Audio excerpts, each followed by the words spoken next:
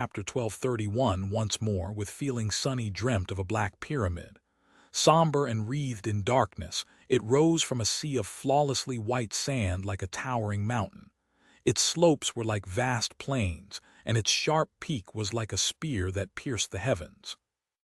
Outlined against the backdrop of the starlit sky, the pyramid was like a black rift in the fabric of the world. Its edifice was built from millions of colossal stone blocks. Each block was darker than the darkness itself and perfectly aligned, leaving no gaps between them. And each of them, Sunny felt a cold terror grip his heart. Each of the stone blocks was a seed of nightmare. There were millions of them, some already in bloom, some still waiting for their turn to blossom. At the base of the pyramid, the nightmares were shallow and weak. Higher, they were harrowing and unfathomable, and higher still, the slope of the colossal pyramid was broken and covered in cracks, with many blocks either shattered into dismal dust or missing.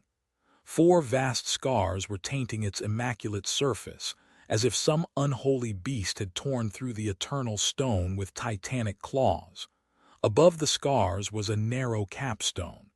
But Sunny, he was not someone who could gaze upon it. Moment he did, his soul convulsed in agony and his consciousness shattered. Time reversed its flow, but then stuttered and froze. Time warped and screamed.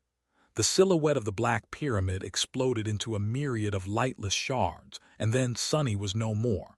There was the sound of wind whistling in his ears. He was falling. Coming to his senses, still disoriented, he sighed. Here we go again. Before doing anything else, Sunny summoned the essence pearl. The next moment he hit the water. Ha! I just knew this would happen. Instead of thrashing wildly, he let his body sink and waited for the breathing memory to manifest itself. At the same time, Sunny extended his shadow sense outward and tried to understand the nature of his surroundings. Water, nothing but water. Well, that's strange. Wasn't I in the desert just a few moments ago?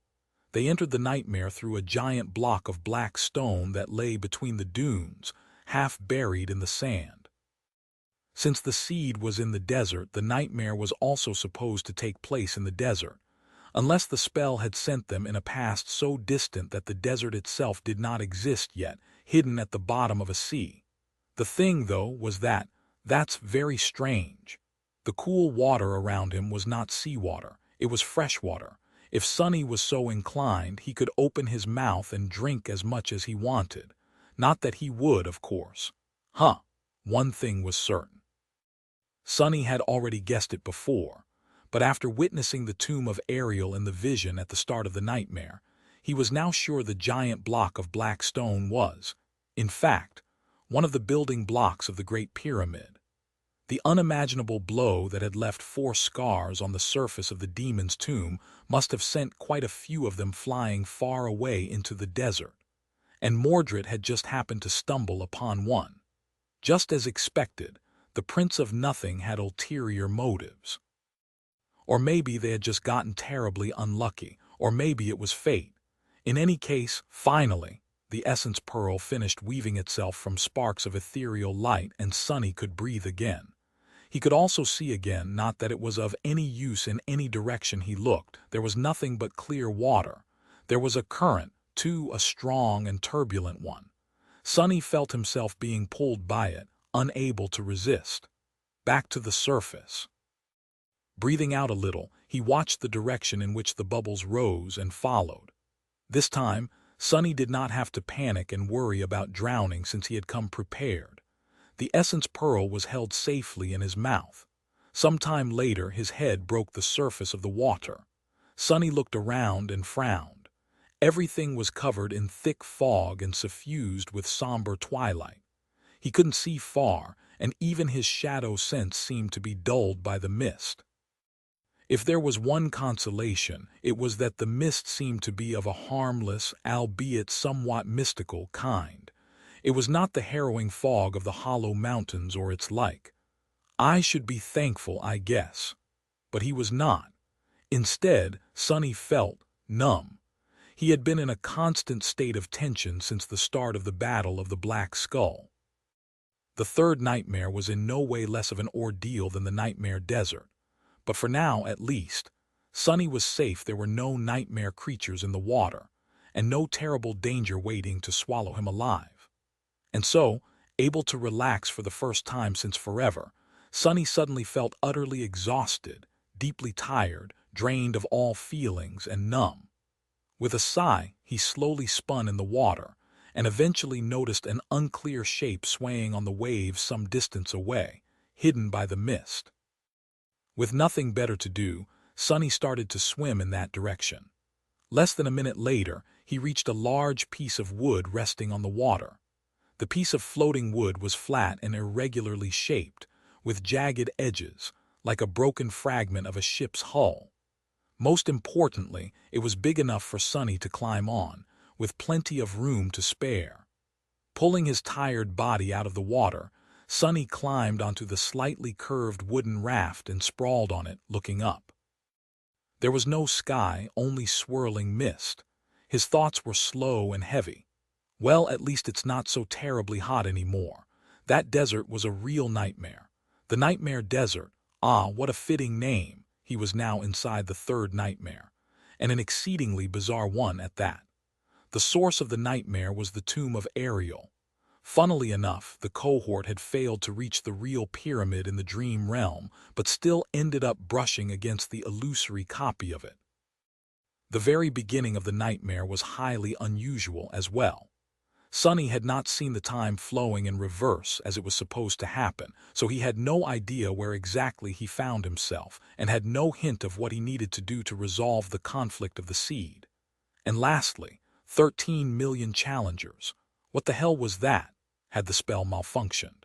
There were not even 1 million awakened in the whole world, let alone anywhere near the Nightmare Desert.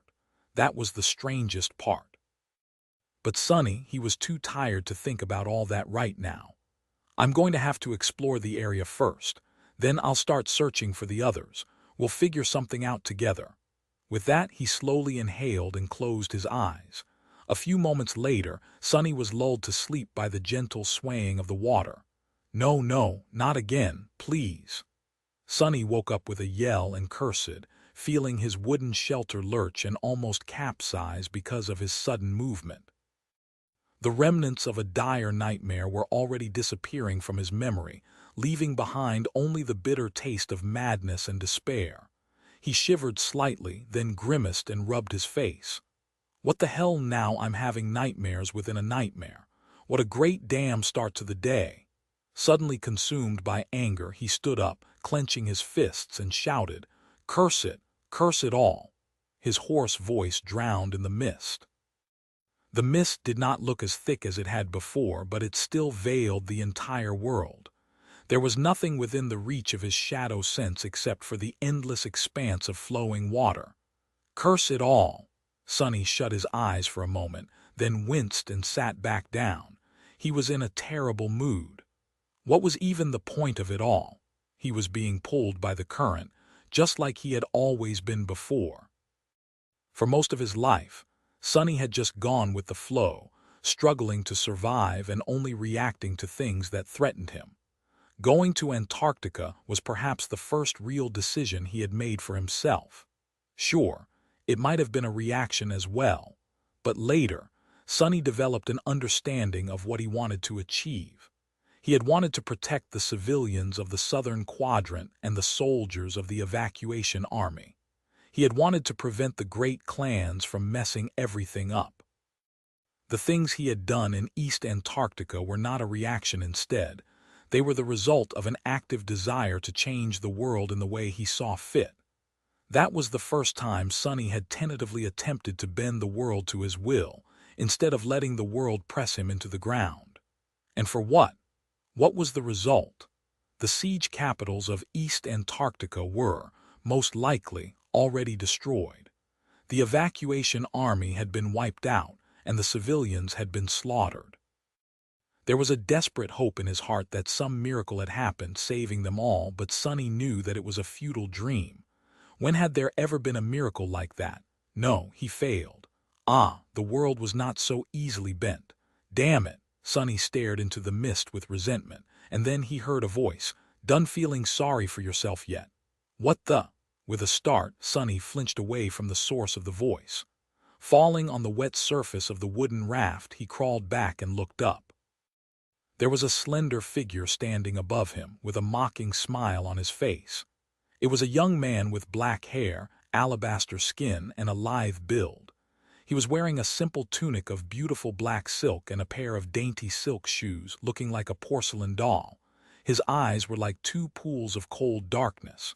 The young man was Sonny, or rather, it was the sin of solace. However, the spirit of the cursed sword did not look vague and blurry anymore. It looked utterly complete and real. In fact, it looked slightly more real than Sonny himself. Chapter 12, 32 Lost in the Mist. What the hell?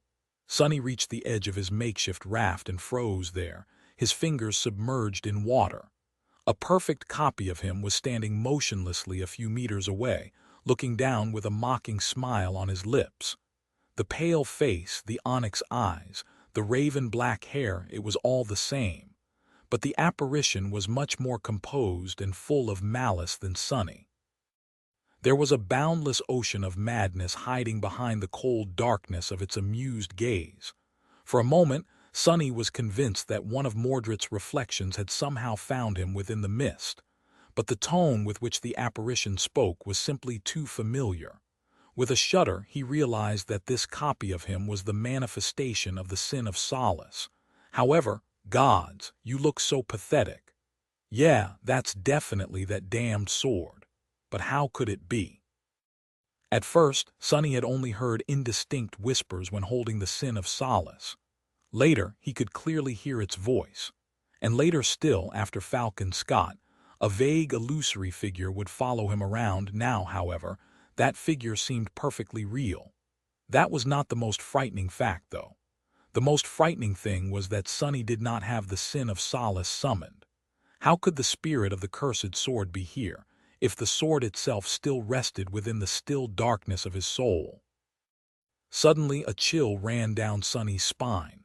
As if reading his mind, the sin of solace laughed. Ah, how fun! I'll give you some credit lost from light. You never fail to amuse, at least. What are you afraid of me now? Sonny hated to admit it, but he was. He did not know what to expect from the cursed giant. It was tied to Ariel, after all, who was both the demon of dread and the architect of the harrowing pyramid of nightmares. Even if the transcendent memory only contained a facsimile of a distant whisper left behind by the ancient demon, it was still an artifact of terrifying power. He knew that power all too well. Sonny had slain many corrupted nightmare creatures with its help, after all some of whom he had no business being able to kill, and as a result was exposed to its destructive influence in turn. He had thought that he was handling the insidious influence of the sin of solace well. But if he had, then why did the apparition feel more real than ever? How was it able to appear before him without him even holding the cursed sword? Sonny remained silent for a while, then forced out a smile. Afraid of you? Nonsense, of course not. The sin of solace tilted his head a little, studying Sonny with some interest. Oh, but I think you should. His voice sounded relaxed, but that only made the words more chilling to hear. However, Sonny exhaled with relief. Well, why would I? You're not real. Am I supposed to be frightened of every imaginary bastard? Life's too short for that. The doll-like young man in front of him raised an eyebrow. Are you sure that I am not real? Sonny scoffed. I wasn't before, but I am now. I suspected for a long time, of course, but since you were not annoying enough to waste my time on getting to the bottom of this, I chose to concentrate on other things. But hey, since it's just the two of us now, let me clear a few things. He moved away from the edge of the makeshift raft and looked up at the sin of solace while still remaining in a sitting position. There's no point in pretending to be something that you are not. And what you are not is a real being, no. You're just a tiny, insignificant part of my mind that the enchantments of the sin of solace turned against me. How do I know? Well, you are a part of me, so you should already be aware. The apparition remained silent, looking at him with curiosity. Sonny shook his head. I know because I can lie when I talk to you, and I also don't have to answer all of your questions. That is only possible when I am talking to myself. You asked me if I was done feeling sorry for myself. I was not compelled to answer. You asked if I was afraid of you. For a moment or two, I was, and yet I was able to say that I wasn't. So, he grimaced. Really, I should have realized it the first time you kept distracting me with annoying questions, and I told you to shut up instead of giving you a real answer. Ah, I feel ashamed that it took me so long. The sin of solace chuckled. Oh, but your flaw is a subjective thing, isn't it? Maybe you can lie to me not because I am a part of you, but simply because you believe that I am a part of you. Sonny smiled. Wouldn't it be great if my flaw was so easy to deceive? No, that is not the case. Plus, I had no reason to believe that you weren't an actual entity before. If anything, it would have been the other way around. The apparition remained motionless, staring at him with a bleak expression. Then the spirit of the cursed sword, the small broken piece of Sonny's own mind, sighed. All right, you caught me. I am not real. Indeed, I am just a figment of your imagination. The sin of solace was quiet for a few moments and then grinned. But have you not considered that maybe quarreling and conversing with a splintered piece of your own mind is a bit more frightening than being haunted by a cursed sword? He laughed. I mean, wouldn't that mean that you have completely lost your mind, lost from light? Damn lunatic. Oh, this is simply wonderful. Sonny stared at the laughing copy of himself with a somber expression. For once he had nothing to say. After a few long moments he turned away and uttered through gritted teeth, "Shut up." The water was murmuring softly as the strong current pulled the makeshift raft forward. The mist was slowly growing less thick, but Sonny still couldn't see or feel anything in it. When he grew thirsty, he summoned the endless spring and drank from it, looking at the clear water around him with suspicion. When he got hungry, he summoned the covetous coffer and took out some rations from inside it. I should have stocked up before leaving the siege capital. To Sonny's disappointment, his supplies were already running low. He had kept the coffer well stocked while serving as an army scout, but after becoming an envoy to Clan Valor, there was no need to any more. So, there had not been a lot of useful things left inside the bottomless chest at the start of the nightmare. It was hard to tell how much time had passed since Sonny entered the nightmare, too. The dim twilight permeating the mist never grew brighter or darker. However, he felt as if it had not been more than a couple of days. He had spent most of his time numbly staring at the wood grain of his makeshift raft. For some reason, it looked strangely familiar. The strange sense of familiarity was driving Sonny crazy.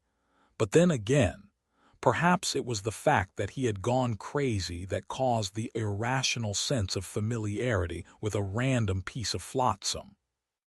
After all, there had to be a reason why the spirit of the sin of solace was suddenly much more clear, frighteningly real, and even able to appear without Sonny summoning the cursed sword. The less stable his mental state was, the more substantial the presence of the apparition was supposed to be. Sonny did not feel particularly insane, just numb, heartbroken, and emotionally drained. However, which lunatic knew of their madness? The sin of solace, meanwhile, was behaving rather strangely. Sonny was painfully aware of his many failures, so he had expected the apparition to barrage him with mockery and contempt. Did you want to protect the people of Antarctica? Did you think that your pathetic self was capable of protecting anything?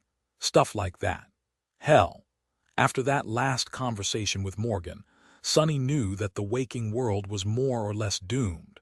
He didn't even know if Rain would be okay. The sin of solace could have used that fact to drive a nail into his heart, too. But the cursed sword mostly remained silent. At some point, Sonny glanced at the apparition, which was still standing in the spot where it first appeared, and raised an eyebrow. Hey, aren't you going to mock me? Don't you want to remind me how pitiful and pathetic I am? Sonny's perfect copy stared at him for a few moments, then looked away with indifference. That grew old ages ago. I can't be bothered, Sonny frowned. Come to think of it, why is it that you haven't moved a single centimeter in all this time? The Sin of Solace scoffed. Where am I supposed to go? This raft is not that large. Well, I might as well stand on water, true, but why should I? Sonny studied him for a bit, then shook his head.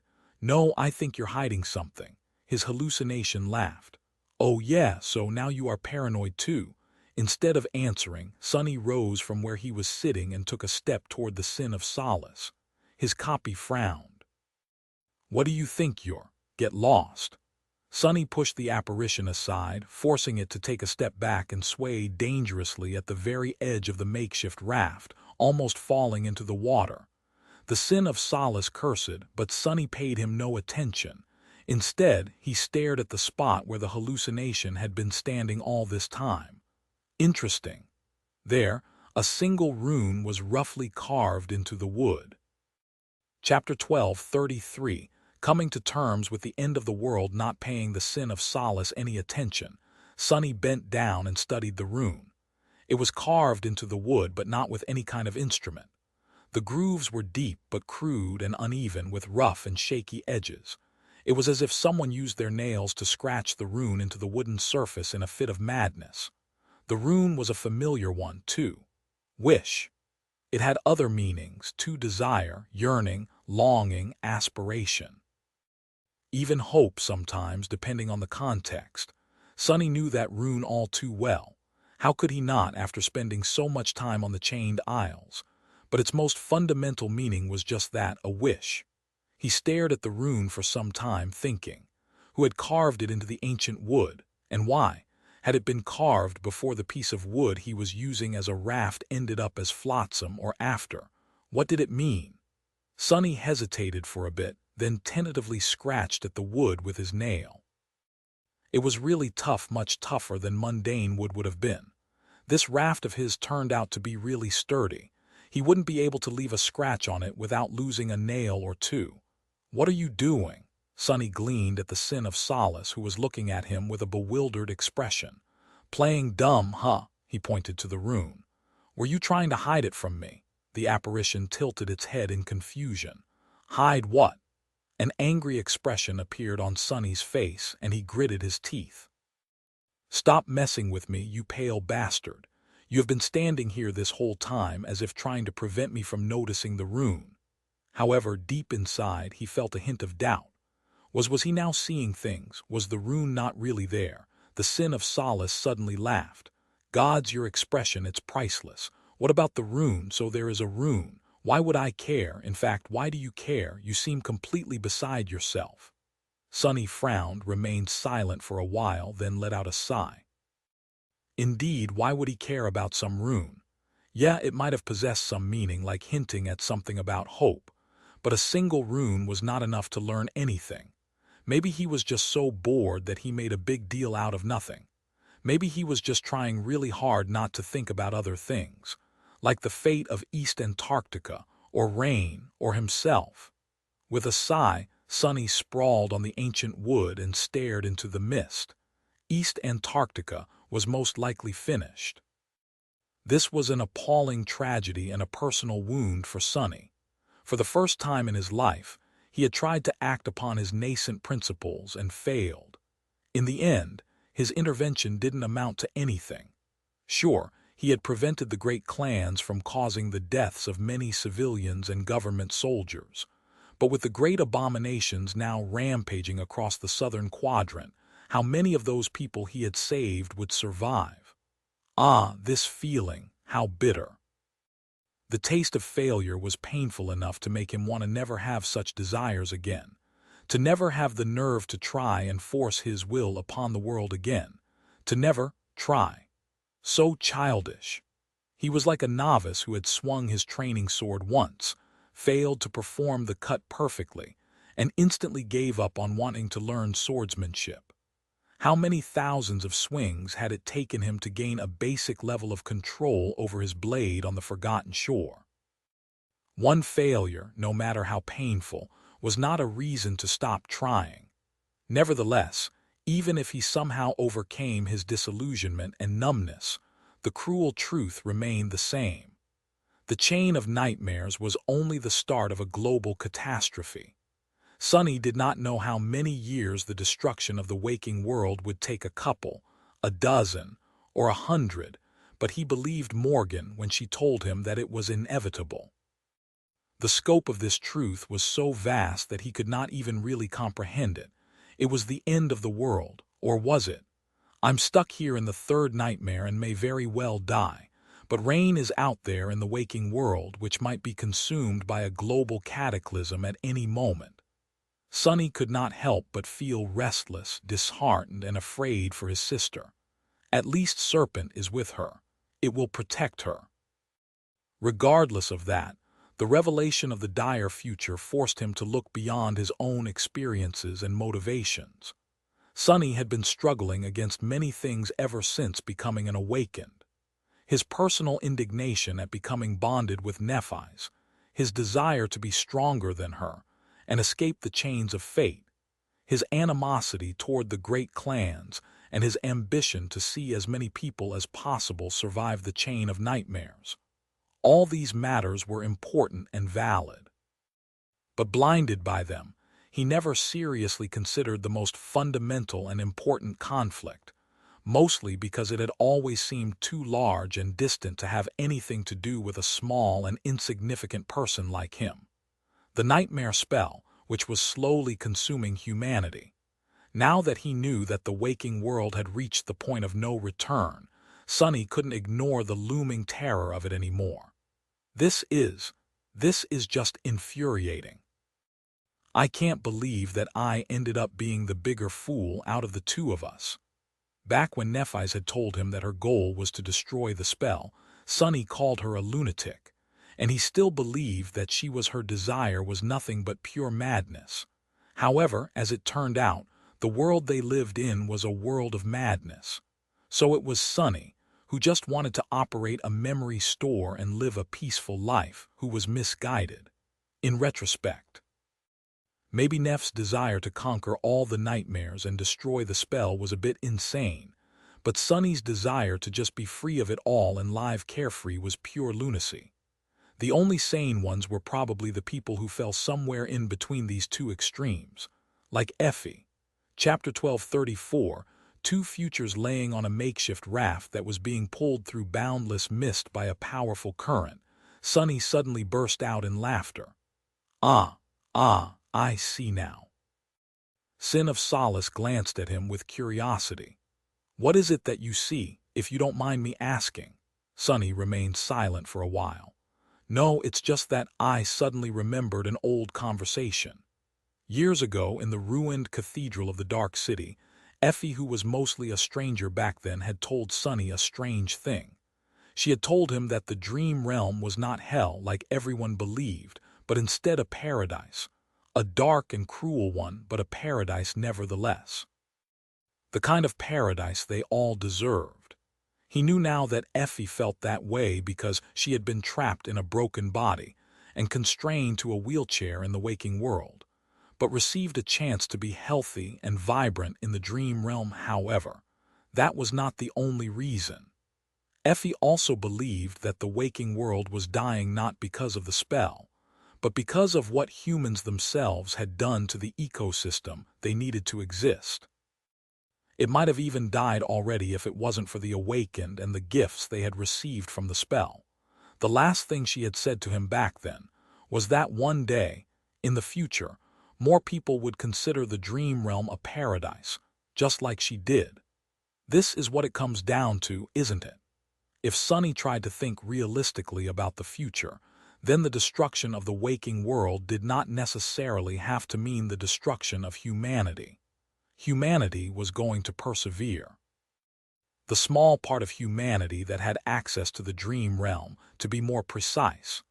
There were hundreds of thousands of awakened in the world, a few hundred masters and a few dozen saints. But these numbers were going to swell soon. If the chain of nightmares was any indication, the nightmare spell was starting to run rampant once again. There was going to be an incredible amount of infected in the coming years, numerous new sleepers, numerous new awakened. There would be many more masters, too, and even many more saints. Even if the waking world was consumed, these people would be able to live on in the small part of the dream realm that had already been conquered by humanity. Many things would be lost, but the citadels were not that far from being self-sufficient. Especially the great citadels like Bastion and Ravenheart, those were already like cities. So, this is it. This is the future. Out of 3 billion, just a few millions would survive. Sunny remained motionless, staring into the mist. The sin of solace was silent. It is the future the sovereigns believe in, at least. Sunny heard once that the sovereigns had long given up on the waking world. Now he understood better why and what for. The great clans had been concentrating on creating a landing zone for humanity all this time, carving out a piece of habitable land in the dream realm. Their reasoning was grim and cruel but realistic. Sunny stirred. But it is not the only possible future. There was also the future Nephis believed in. Nephis, who saw the sovereigns as traitors and sinners not because they had destroyed her family, but because they had given up on trying to resist the spell. If a new supreme appeared, if that supreme conquered the fifth nightmare and became sacred, or even divine, maybe, then who was to say how the future would turn out? Maybe if a god was born from humanity, a divine miracle would save everyone. Wasn't it a sweet dream? Sure, the probability of something like that happening was zero. It was not realistic at all. It was impossible, just a bit of wishful thinking.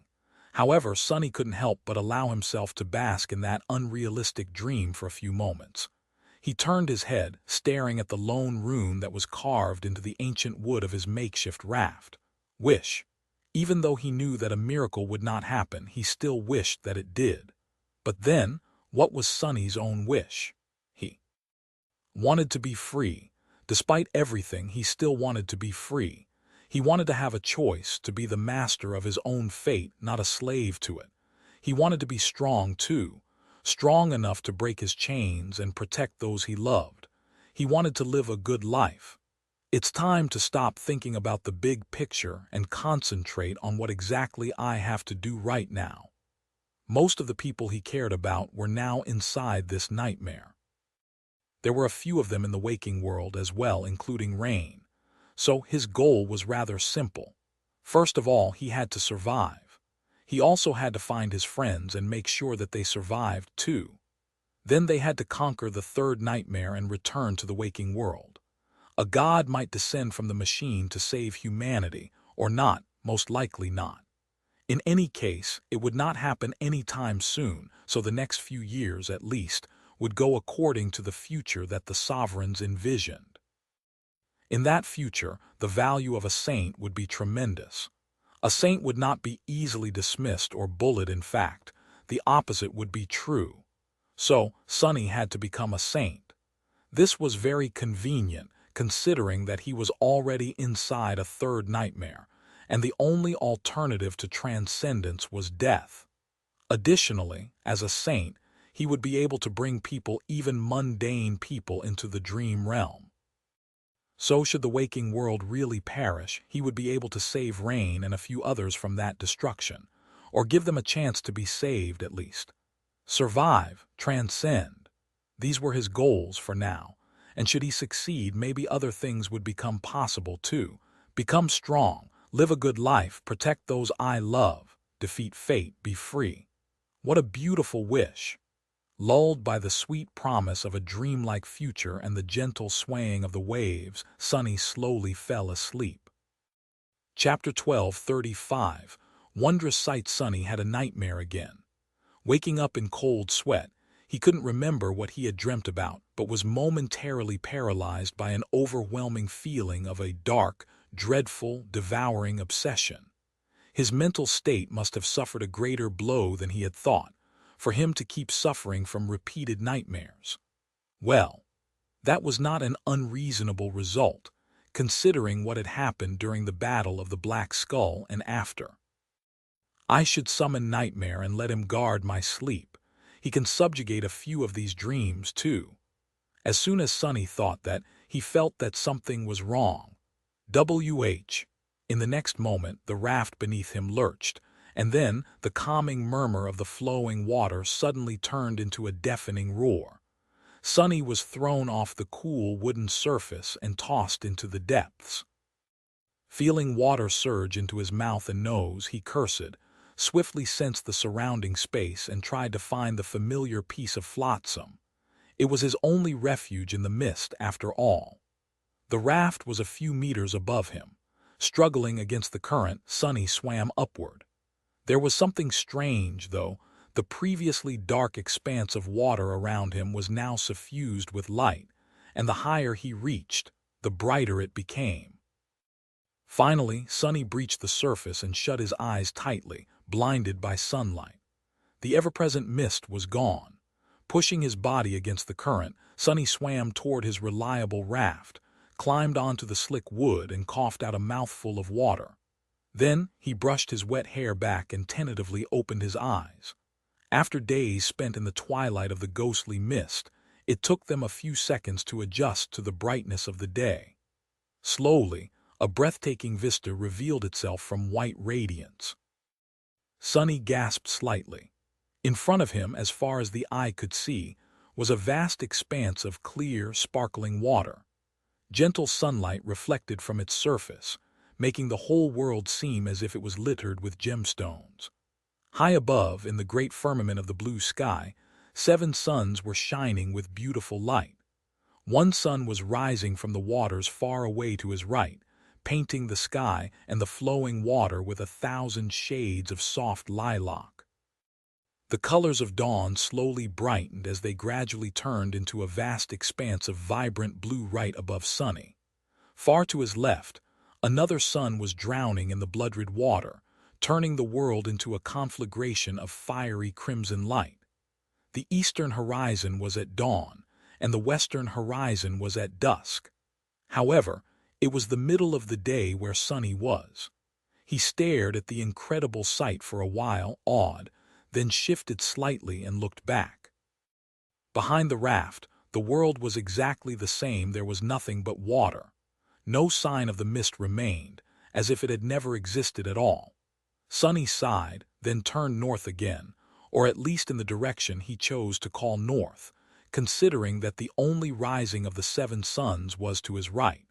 It was also the direction of the current that continued to carry his raft forward. He spent some time taking in the strange, wondrous landscape of the nightmare world. It reminds me of something. Sonny lingered for a few moments, wondering. Then he took a deep breath. The 7 radiant suns, the vast expanse of clear water, it reminded him of a soul sea. His own would have been similar if he had radiant soul cores instead of the lightless shadow cores. Of course, he only had 5 of those, and the dark waters of his soul were still and unmoving. His soul sea was also infinitely smaller. There were other differences, too. Still, the world in front of him seemed too eerily beautiful to be a mundane place, which posed a question: where the hell am I? There was no desert in sight. There was no black pyramid either. All Sonny could see was the bright water and the 7 strange suns. It was a known fact that the sky, including the celestial bodies populating it, was not uniform across the different regions of the dream realm. Still, he was pretty sure that he had never been anywhere near a place like that. And there was definitely nothing like that within the nightmare desert. Sonny could reluctantly imagine that the spell had sent him into a past so distant that the desert was still the bottom of a sea. However, even that would not explain the strangeness of the vibrant sky above him. Just what kind of sea did we enter? There was the sound of splashing, and the Sin of Solace calmly walked across the surface of the water to stand atop the wooden raft again. He was perfectly dry and unbothered by the sudden change of scenery. There was a slight smile on his porcelain face. Quite a sight, isn't it? Sonny nodded silently, then suddenly looked intently at the spot where the apparition was standing. The pale wood was dark and wet with water. When the mist had mysteriously disappeared, the raft must have overturned, revealing its bottom side, and that underside was riddled with chaotic, manic lines. They were runes, thousands of them, all blending into one demented tapestry. But not only runes. Sonny recognized some of the crudely carved symbols, but others were entirely unfamiliar to him. With a shudder, he noticed that there were even the familiar letters of the human language. Translated by the spell, all the symbols were repeating the same words. Wish, wish, wish, be careful of wish, wish, be careful of what you wish for, wish for, wish for, wish for, wish, wish, wish, be careful of what you wish for, be careful of what you wish, wish for. Sonny froze. The words continued, spilling over the ancient wood as they broke and crisscrossed each other. Just like the single rune on the other side of the raft, it looked like they had been scratched into the incredibly durable wood by someone's nails. The lines were rough and frantic, but deep and forceful.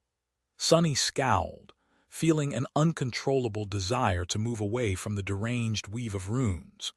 He felt a sense of dire madness radiating from them, and was irrationally wary of being infected by it. However, there was nowhere to move. The whole raft was covered by the mad litany of twisted symbols. The part of it that he could see, the part where the sin of solace was standing calmly, and even the part where he was kneeling were all riddled with them. Suddenly tense, Sonny looked away and glanced at the beautiful expanse of sparkling water once again. Somehow, it didn't seem as dreamy anymore. Chapter 1236, Great River, be careful of what you wish for. Sonny considered these words despite feeling that thinking about them too hard was, perhaps, not too wise. The aura of madness radiating from the carvings was just too intense to ignore. The sight of the thousands of runes carved into the underside of his makeshift raft was more than a little bit ominous. However, he was not very concerned about how urgent and demented they looked. What really made him wary were the symbols themselves. There were familiar runes and unfamiliar symbols, too. Although Sonny had extensively studied the various known languages of the dream realm, he could easily admit that there might have been writing systems that he had never seen, even if it was a little strange that they were not only completely unknown to him, but also bore no passing resemblance to any of the ones he had brushed against before. However, how could there be the letters of human language here? That was what really disturbed him. Has someone from the evacuation army entered this nightmare already? But no, that made no sense.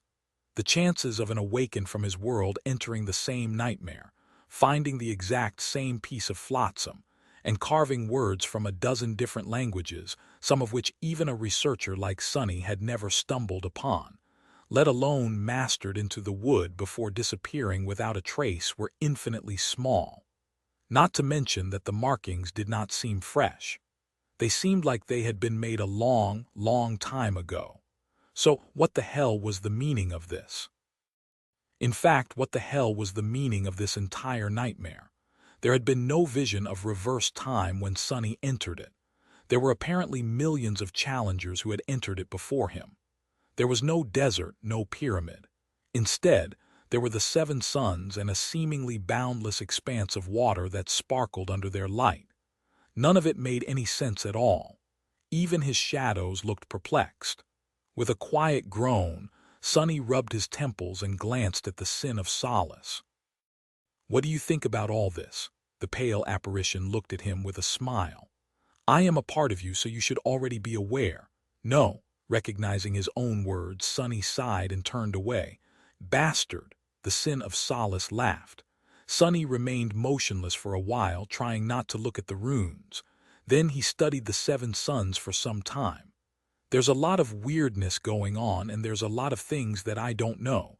So let's think about what I do know." He was floating on a piece of wood in the middle of a vast body of water. However, that body itself was strange. It was seemingly as large as an ocean, with no land in sight but composed of clear fresh water. All that water also seemed to be moving, flowing in a certain direction.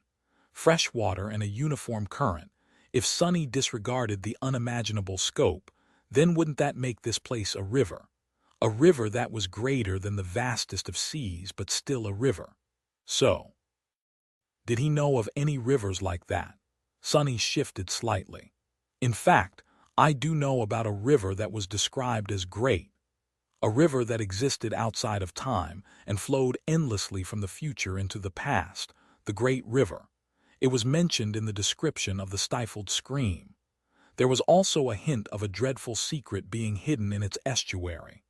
Coincidentally, or maybe not, an estuary of some sort was also mentioned in the description of the shroud of graceless dusk. According to it, the Sibyls had reached the tomb of Ariel and embraced the estuary after the voices of the gods grew silent. That was how they had fallen. If the estuary that the Sibyls had embraced was the estuary of the great river, where a dreadful secret was hidden, then the great river and the tomb of Ariel were obviously connected. But how? Why would the spell send Sonny into the waters of the great river after touching one of the building blocks of the Black Pyramid? And if this was indeed the great river, then was he actually floating into the past right now? Sonny remained motionless for a while, staring at the sparkling water and the 7 radiant suns. Ah, my head hurts. He was pretty certain that he was right, and this was indeed the great river that existed outside of time. That would explain why the vision of Ariel's tomb had been interrupted, and why he had not seen the usual reversal of time at the start of the nightmare. Probably. However, he still had no idea what being on the great river meant, and what the nightmare had to do with it. An uncomfortable thought suddenly appeared in his mind. I won't leave the nightmare in the past if I take too long to conquer it, right? It would be really awkward if the current of the great river took him so far into the past that he appeared in the prehistoric time of the waking world, where there were no nightmare creatures, but plenty of dinosaurs instead. Then again, this river was supposed to exist outside of time, so it was just as likely that, should he survive the nightmare, he would return to the waking world at the exact same moment that he had left it. Come to think of it, if this nightmare had a strange relationship with the flow of time, then it could possibly explain how 13 million challengers way more than there were awakened in the waking world had ended up inside of it. Maybe they had entered, and would enter the nightmare at various points in time before Sonny was alive, during his life, and long after he was dead. That was a very confusing and incredibly troublesome thought, though, because it meant that in all that time none of them had managed to conquer the nightmare. Sonny shivered. I'm just guessing, though. I might be completely wrong about the whole thing. In fact, it's most likely that I am. He still needed more information. Although Sonny had a very good memory and could easily remember the descriptions mentioning the great river, he still decided to summon the runes and take another look at them. The shimmering symbols appeared in the air in front of him. Name, sunless. True name, lost from light. Rank, ascended. Class, tyrant. Shadow cores, 5/7. Shadow fragments, 1236/5000. Memories, silver bell, puppeteer's shroud, midnight shard. He searched for the runes of the stifled scream, but then froze. A strange expression appeared on Sonny's face. What? At the end of the long list of his memories, there was a string of runes that had not been there before. Chapter 12:37, the answer is in the past. Receiving a new memory had always been an important and memorable event for Sonny. After all, with his advantage in deciphering the secrets of their enchantments, memories were one of his most powerful tools. Sonny relied on his soul arsenal a lot. However, as time had gone by, the importance of the memories lessened to a large extent. Of course, he was still reliant on them, but these days, most of the rewards he received from the spell were either too weak for his level of power or inferior to something he already possessed. With rare exceptions, their worth lay mainly in expanding his repertoire of weaving and serving as fuel for the evolution of his shadows. So getting a new memory was not as memorable an event as it had been before. Still, it was not to the extent that Sonny could forget receiving one. What the hell? He seemed to be saying this phrase a lot recently. Sonny was befuddled, but he couldn't deny what he saw. There was indeed a new string of runes at the end of the list of his memories, one that he neither recognized nor had ever seen before. He scowled, then threw a suspicious glance at the Sin of Solace. After hesitating for a while, Sonny chose not to say anything and turned his attention back to the runes. Not only had the new memory appeared out of nowhere, but its name also made him feel a deep sense of unease. The runes read, "Memory, Key of the Estuary." Sonny stared at it for a minute or two, disturbed. He had just been thinking about the tomb of Ariel, the great river, and its estuary, and now this. What did the name of the memory mean? Where did it come from? And more importantly, when did it appear? He had not killed anything or anyone after entering the nightmare. His shadows were within his soul. See, they couldn't have slain a nightmare creature either, except for Soul's serpent. But if Rain had been attacked by an abomination and Serpent killed it while defending her, the spell should have still announced the kill and the acquisition of a memory to Sonny. Yet he had not heard its voice since entering the nightmare. Had it happened while he was asleep? With a grim expression, Sonny pulled his attention from the mysterious memory and glanced at the list of his shadows. Soul Serpent's runes were still bleak and lifeless, but they were there, which meant that Serpent had not been destroyed at least. It wouldn't have let anything happen to Rain without sacrificing itself first. So, Rain was most definitely all right. She had to be. Suddenly, Sonny felt his heart turn cold and heavy. He looked at the beautiful expanse of sparkling water with a somber expression, his eyes full of concern and darkness. Then he slightly shook his head and looked down. Doesn't make any sense. What were the chances of a random abomination in the distant NQSC gifting Sonny with a memory that was connected to the great river? Why would it? Pursing his lips, he let out a heavy sigh and turned his attention back to the runes. Concentrating on the estuary key made more shimmering symbols appear in the air. As soon as Sonny started reading them, his expression changed. Memory, Key of the Estuary. Memory rank, Supreme. Supreme! His heart skipped a beat. At the same time, Sonny's unease deepened. He should have been excited to find himself in possession of such a powerful memory. However, instead, all Sonny felt was a cold sense of dread. It was because he firmly believed that nothing in this world, two worlds rather, was ever free. So, getting a supreme memory out of nowhere only made him feel apprehension. Could Serpent even kill a great nightmare creature? Soul Serpent was an ascended tyrant just like Sonny. Sonny himself was not powerful enough to dare face a great abomination. His chances of surviving such a fight were not zero, but very close to it. The vessels of the Skinwalker were proof. Frowning, Sonny swallowed his questions and continued to read. Memory tier, Romans 6. Sixth tier. He didn't even bother to consider the implications and turned to the description, which was strangely short. There were only several shimmering runes. Memory description, the answer is oblivion. Sonny stared grimly at the short string of runes, perplexed. The answer? He was confused.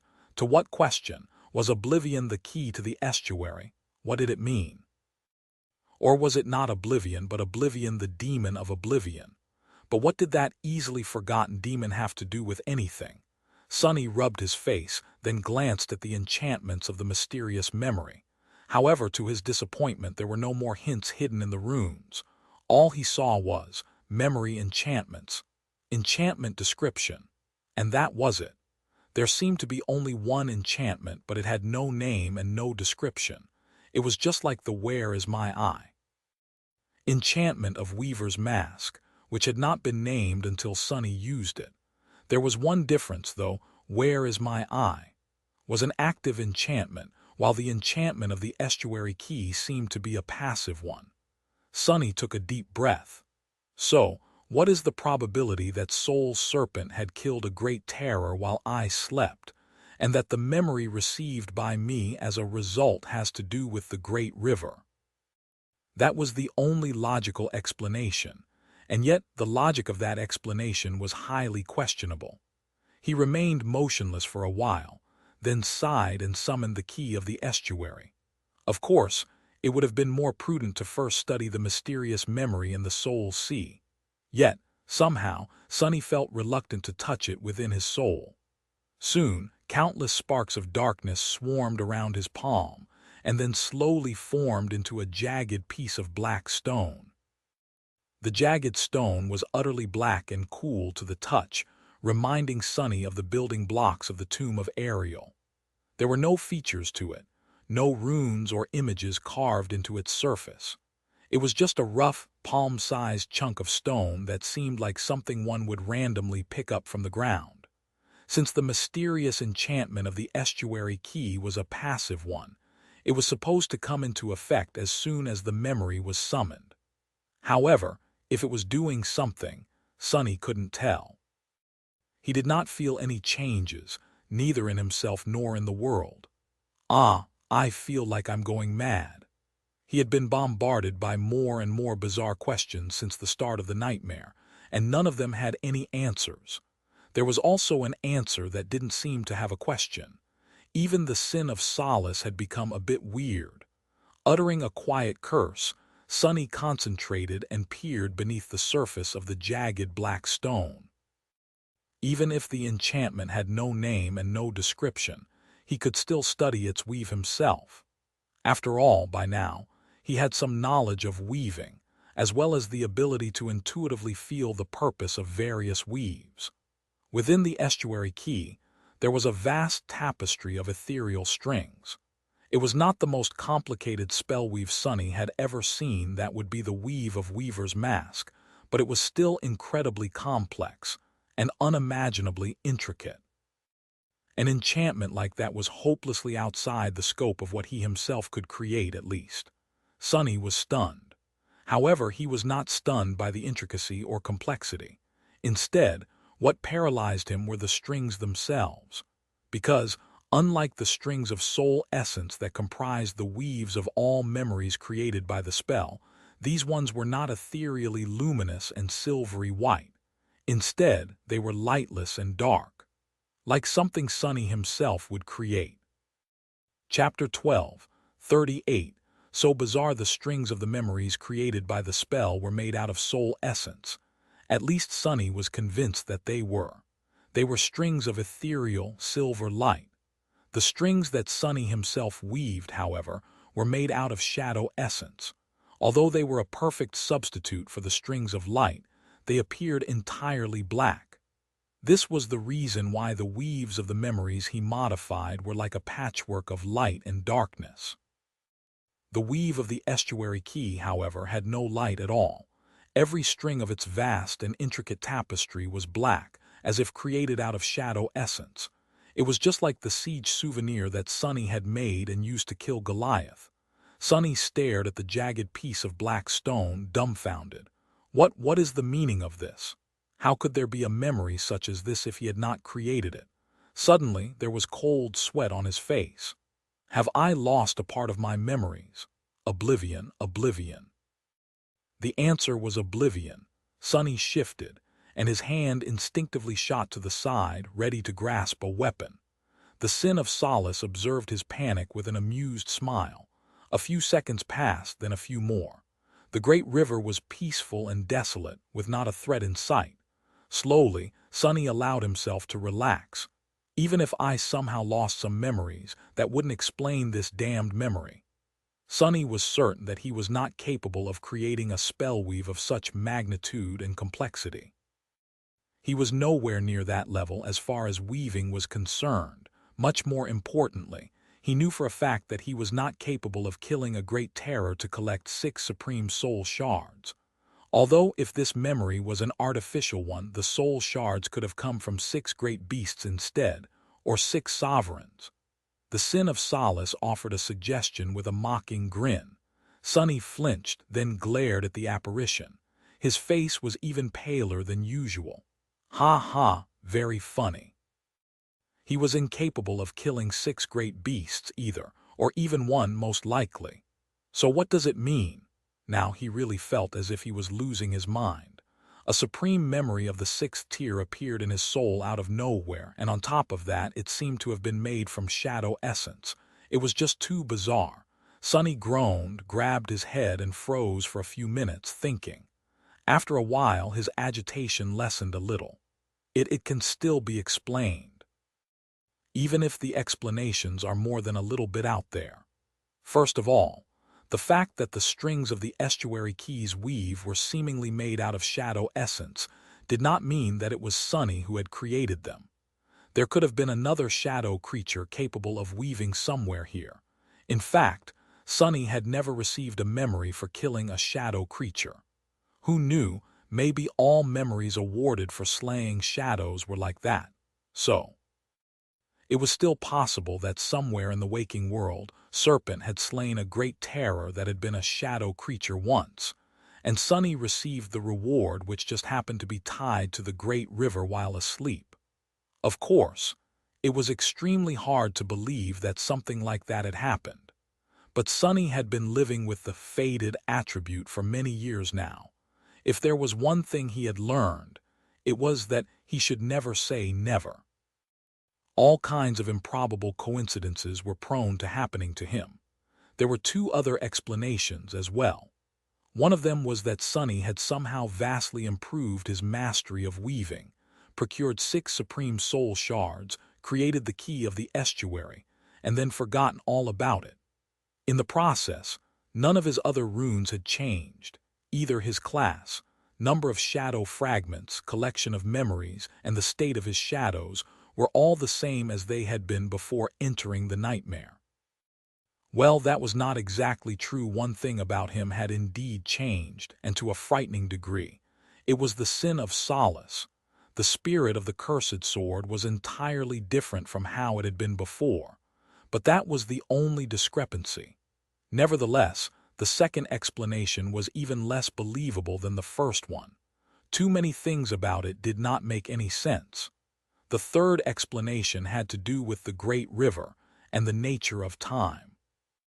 Since time worked strangely in this nightmare, it was maybe possible that Sonny would create the key of the estuary in the future, but was somehow capable of already possessing it in the present. He really didn't know that much about time, or rather, he knew just as much about it as any person would. Sonny was not ignorant, but time itself was like a perversion of itself here. In any case, he had no idea how it worked on the great river. So, who was to say that something like that couldn't happen? The third explanation was the most bizarre, and yet it somehow sounded more plausible than the other two. Sonny dismissed the estuary key and silently stared at the vast expanse of flowing water in front of him. The 7 suns were slowly traveling across the blue sky. So, in conclusion, I have no idea how I ended up on this river instead of in the nightmare desert. No knowledge about what the great river actually is. No hints about what to do to conquer the nightmare, and no clue where the others are. And on top of that, there is a mysterious memory in my soul, and the sin of solace seems to have gone through a strange transformation. Sonny sighed as he enjoyed the beautiful view. Wonderful. The sin of solace glanced at him with a smile. I'm glad you're in a good mood. Then the apparition took a tentative step back and grinned. But Sonny, shouldn't you be paying more attention to the surroundings in a situation like this? Sonny frowned for a moment, then suddenly opened his eyes wide. He had been distracted by the barrage of weird revelations and lulled into a false sense of security by the beautiful tranquility of the great river, which was why he was a second too late to sense a vast shadow rising swiftly from the depths below him. Summoning a memory, he cursed and jumped high into the air.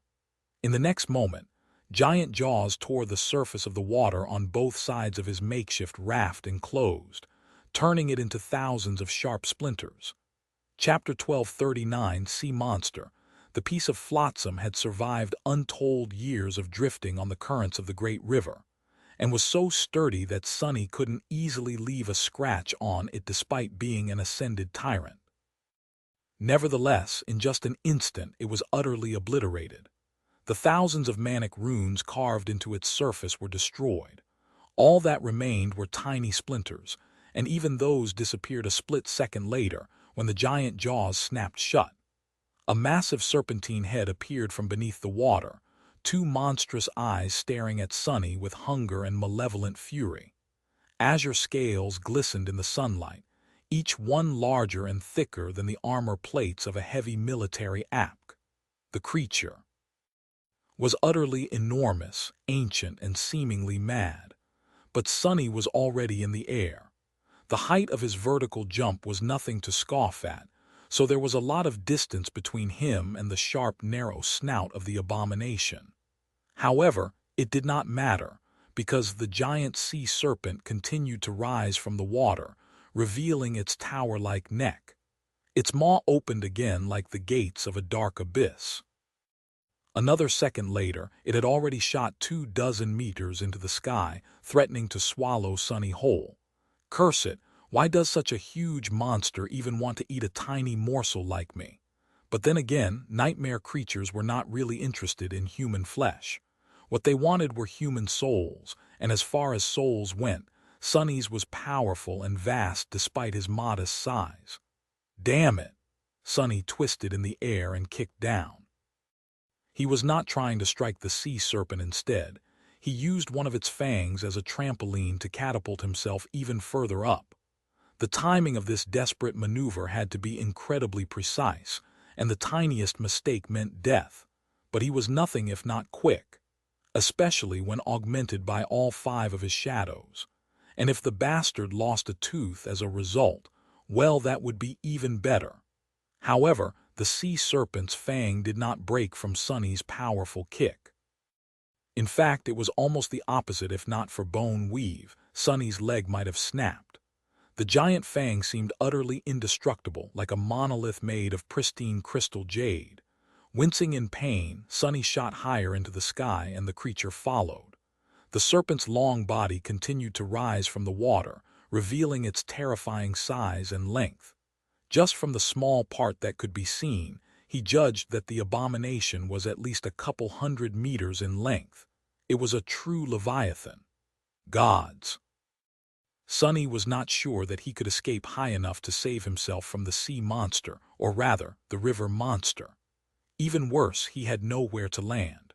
All around them there was nothing but water. He looked at the approaching maw in despair. And then the memory he had summoned finally manifested itself into reality. It was not the sin of solace, nor was it any other weapon.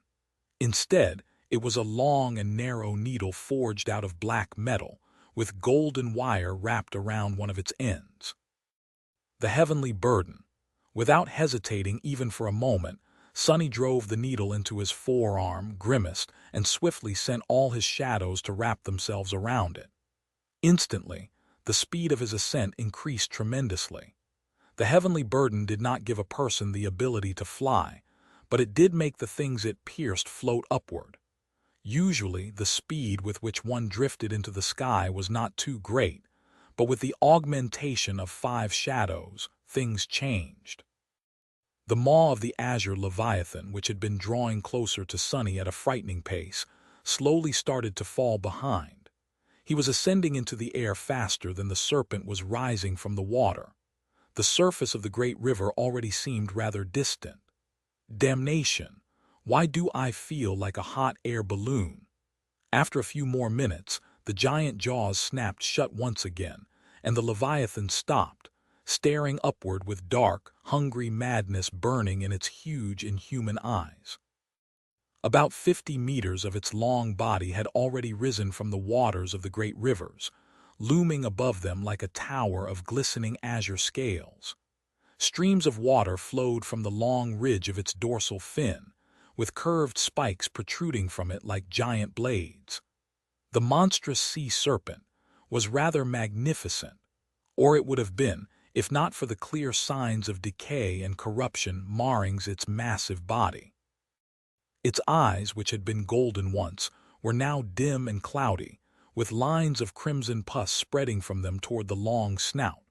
The azure scales were covered by countless scars, some of them missing entirely to reveal pale, desiccated flesh. Pieces of rotten meat were stuck between its dark fangs, The ancient serpent stared at Sunny, and Sunny stared back. This is not good. The Leviathan was large enough to be a titan. Granted, dwellers of the depths were often larger than their land counterparts. But if it was indeed a titan, then Sunny was in big trouble, because titans had all kinds of ways to kill someone like him from afar. Shuddering, he concentrated and peered through the azure scales. He needed to understand what the creature's rank and class were. What Sunny saw left him shaken and revolted. Darkness. Nothing but vile darkness, with only one pronounced node that was the source of it.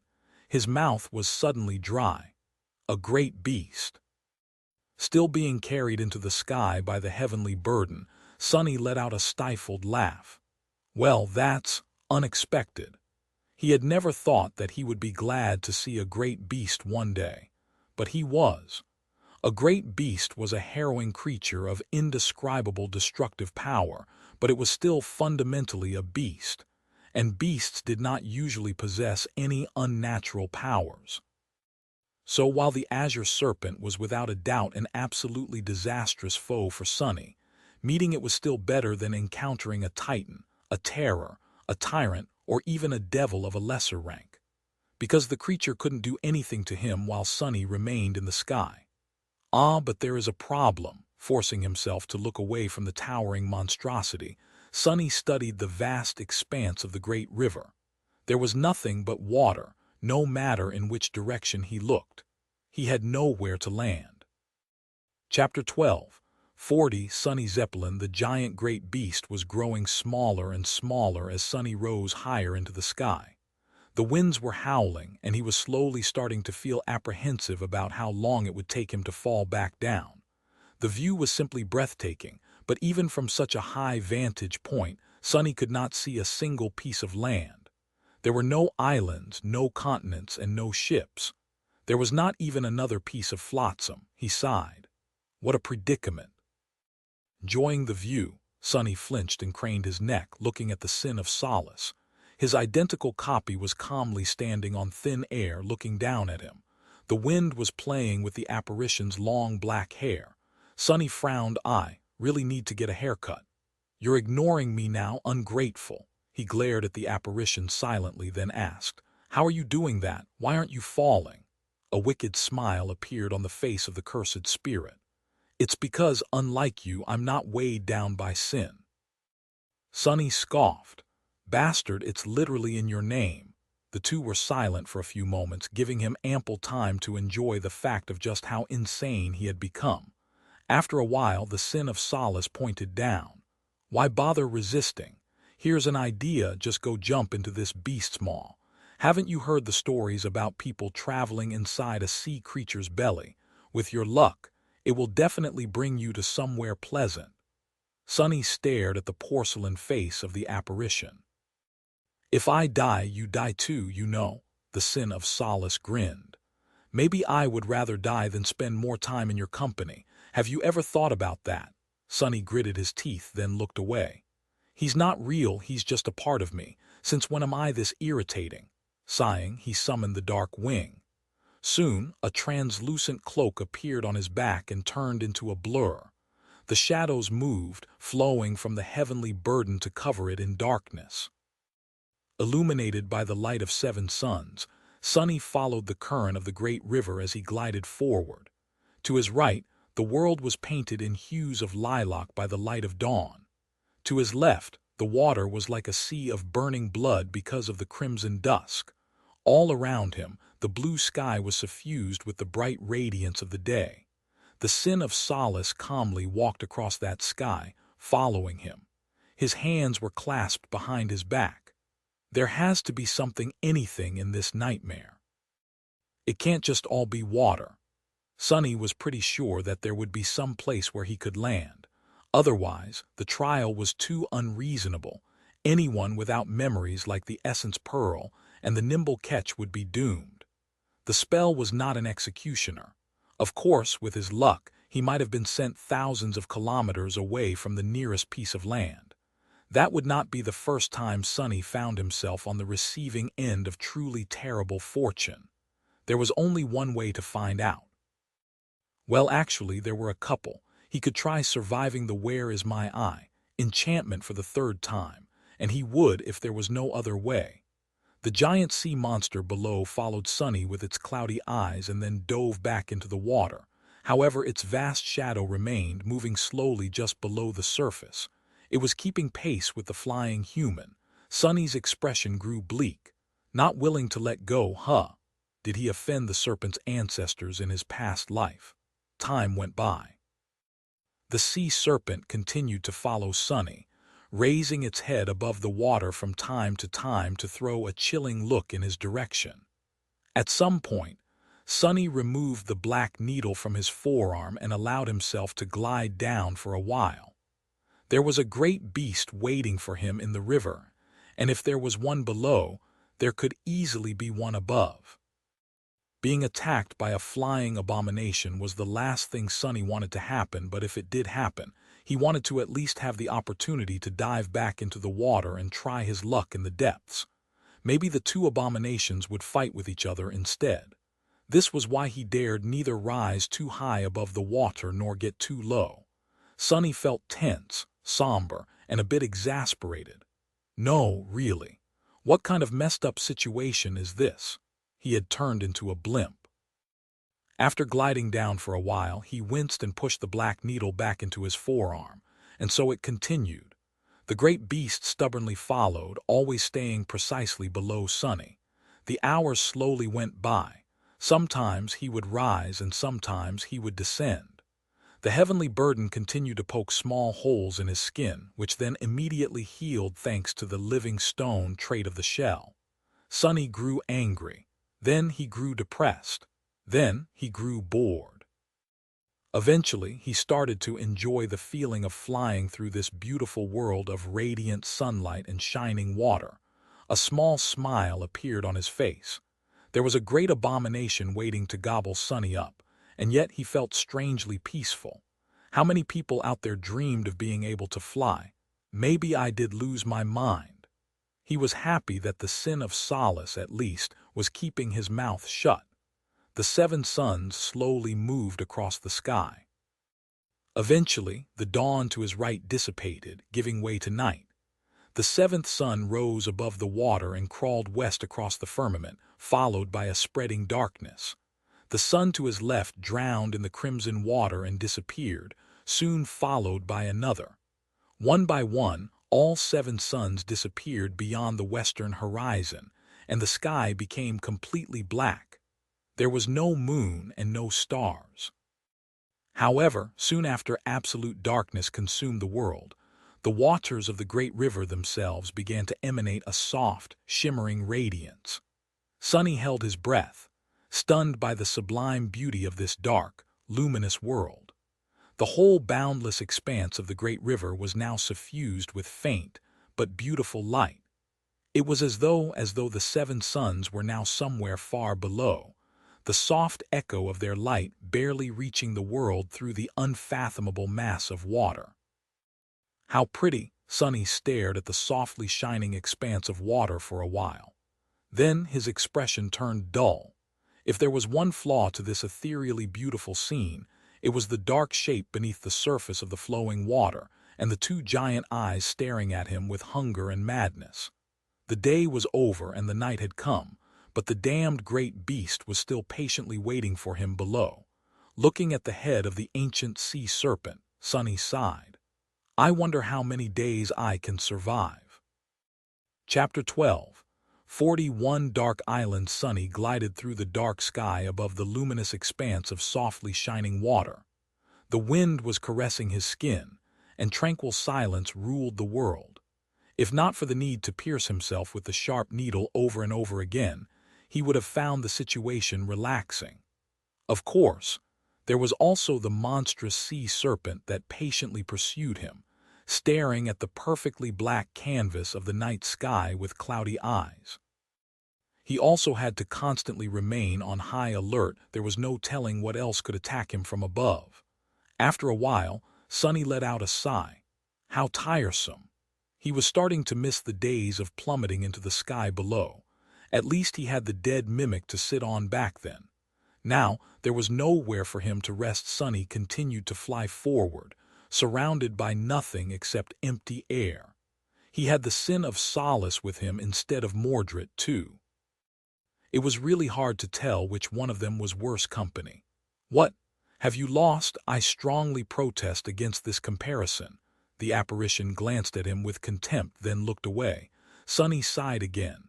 Yeah, you are way more handsome than that guy. Sorry, I went too far." The sin of solace scoffed, and they continued forward in silence. After a long while, the faint radiance of the flowing water grew a little dimmer. The eastern horizon brightened, and then the first of the suns appeared from below in a crown of lilac hues. A new day was starting. The soft light suffusing the great river slowly dissipated, and the 7 suns appeared from below the water one after another. Soon, the western horizon was once again wreathed in the crimson flames of dusk. Everywhere else, it was bright day. Sonny stared at the great beast below him with resentment. He was tempted to summon Morgan's warbow and start turning the ancient serpent into a pincushion. Even if the might of his arrows was not enough to pierce the azure scales of the creature, he was sure that they would at least irritate it. Why should Sonny be the only one feeling endless frustration? However, doing so was only going to consume his essence. He wasn't willing to waste it needlessly in a situation where it was impossible to tell what would happen next. Gritting his teeth, Sonny steeled his will and continued flying above the water. An hour went by. Then one more.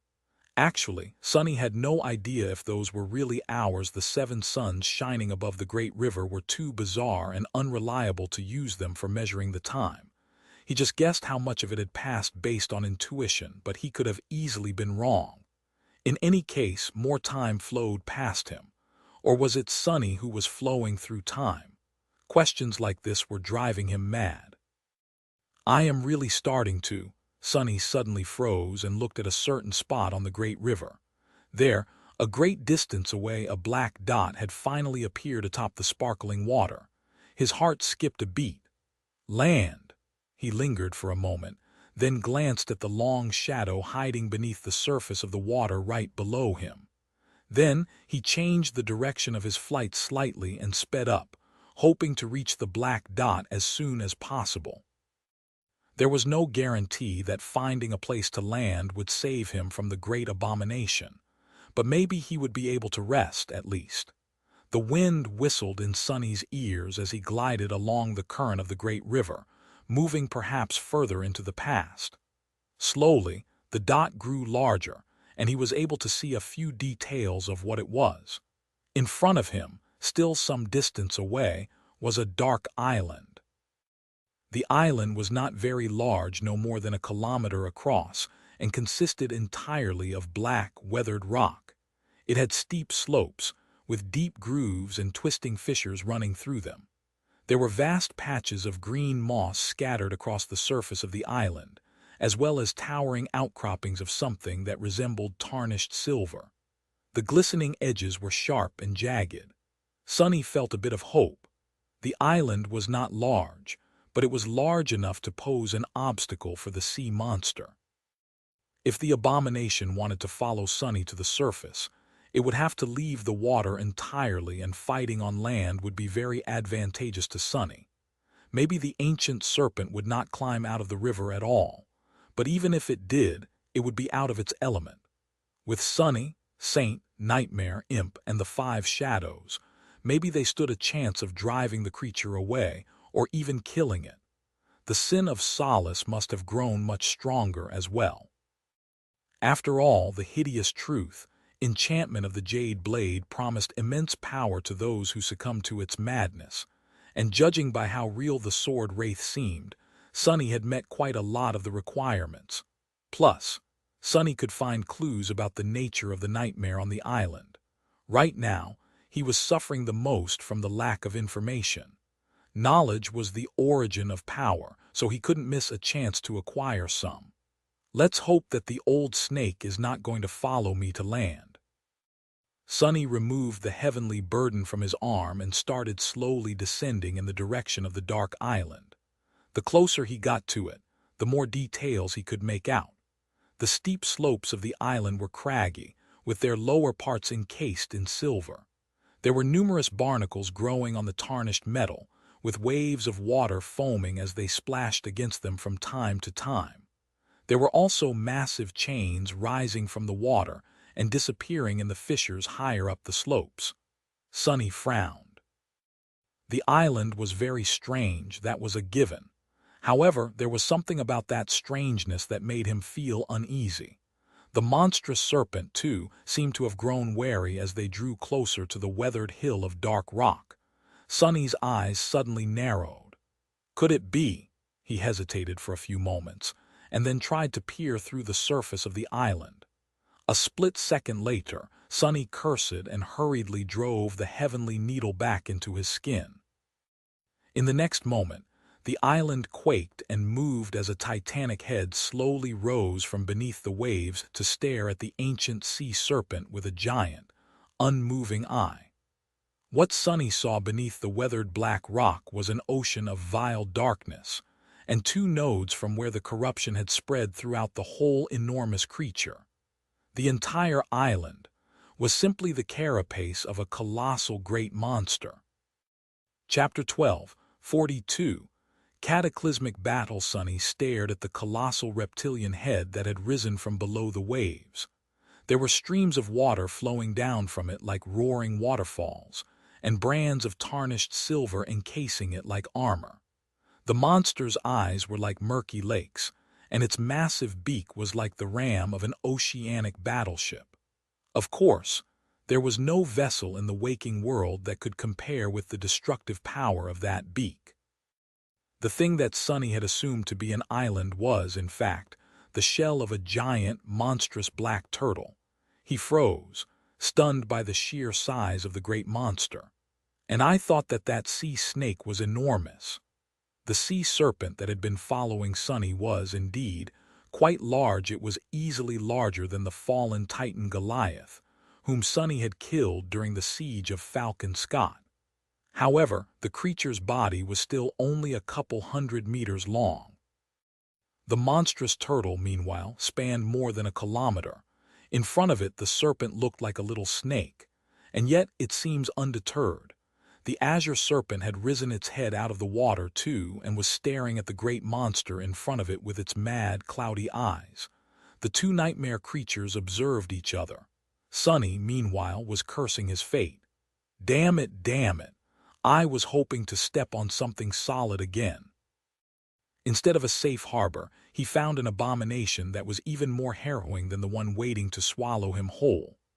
You can still step on that turtle, you know. The Sin of Solace grinned. Sonny spared him a dark glance, then turned to look at the two abominations. At that moment, the giant turtle lowered its head a little and let out a low, threatening huff which sounded like rolling thunder. Water was still flowing off its black scales, and its murky eyes were slowly igniting with dark silver light. It was clearly not happy that another nightmare creature had invaded its territory and disturbed its sleep. The azure serpent stared at it for a few moments more, then turned its snout and threw a deranged gaze at Sonny. What is that old snake thinking? Turn your tail and run, lunatic. Sonny still clearly remembered the ease with which the carapace centurions had slaughtered the carapace scavengers. A monster was much more powerful and deadly than a mere beast, no matter the rank. If the sea serpent had any sense left, it would retreat to avoid angering the black turtle, which was good news for Sonny. Even though he had not managed to find shelter from the abomination on the shell of the great monster could still rid him of the dreadful pursuer. The turtle did not seem to have noticed Sonny, either. If things turned out well, but of course, they did not. Despite being much smaller than the great monster in front of it, and presumably much weaker, the azure serpent let out a mad roar and dove into the water, swimming toward the colossal turtle with stunning speed. The giant blades protruding from its back cut the surface of the river and left a trail of white foam in their wake. Sunny was a little startled. Does it want to eat me that bad? The monstrous armored turtle, however, was unfazed. Its giant flippers moved, and it propelled itself forward with surprising speed. Its beak opened, and an indescribable sound exploded from its maw, making the world shake. The calm surface of the great river suddenly turned chaotic and tumultuous, as if in the middle of a raging hurricane. Giant whirlpools formed, powerful enough to swallow alloy vessels whole. Sunny was almost thrown from the sky by the violent force of the abomination's battle cry. Arg! The azure serpent and the black turtle clashed below him, and a tremendous fountain of water suddenly shot into the air. The turtle was much more powerful and deadly, but the serpent was faster. It nimbly evaded the harrowing beak and opened its maw, trying to sink its fangs into the gargantuan scales of the enemy's neck. However, the dreadful fangs simply slid off the tarnished silver encasing it. Sunny lingered for a few moments, awed by the cataclysmic fury of the clash between two great abominations. The forces being unleashed below him were probably enough to erase an entire siege capital from the face of the world. Shuddering, he imagined what would happen if two such creatures appeared in NQSC. Would the largest city of humanity survive such a catastrophe? It probably would, if barely. The sovereigns might have abandoned Antarctica, but they were bound to do something if the seat of their power came under threat. Bastion and Ravenheart were important, yes, but the northern quadrant was still the heartland of humanity. At least that was what Sunny wanted to believe. What am I thinking about? The waters of the great river were already painted red by blood around the two clashing abominations. Sunny would have loved to watch the azure serpent die, but he couldn't miss the chance to slip away. If he failed to escape from the two great abominations now, he might never get it again. Turning away, he flew forward as fast as he could. Behind him, the world was shuddering and the water was roaring as it rose in giant waves. Gods! Sunny gritted his teeth and refused to look back. Gradually, the sounds of the Titanic battle grew quieter and quieter, and then he couldn't hear anything at all. He let out a shaky breath. I knew that third nightmares were absolutely lethal. But isn't it a bit too much? Was he supposed to battle great nightmare creatures as a mere ascended? What kind of perverted logic was that? Suddenly, in a somber mood, Sunny sighed and looked at the Sin of Solace. What do you think? The sword wraith smiled. I think you are going to die of hunger before finding land. Oh, or you can go fishing in the river and be eaten by the fish instead. There's always a choice, Sunny grimaced. Why did I even ask? He continued to follow the current of the great river, flying north into the past. Eventually, the seven suns drowned again, suffusing the water with their light. The sky was black and devoid of stars. The world was silent. Sunny tiredly closed his eyes. Can't sleep. Falling asleep might kill me. He stared at the expanse of softly shining water beneath him, then blinked a couple of times. What the hell? How is this possible? A familiar shadow was hiding beneath the waves below him.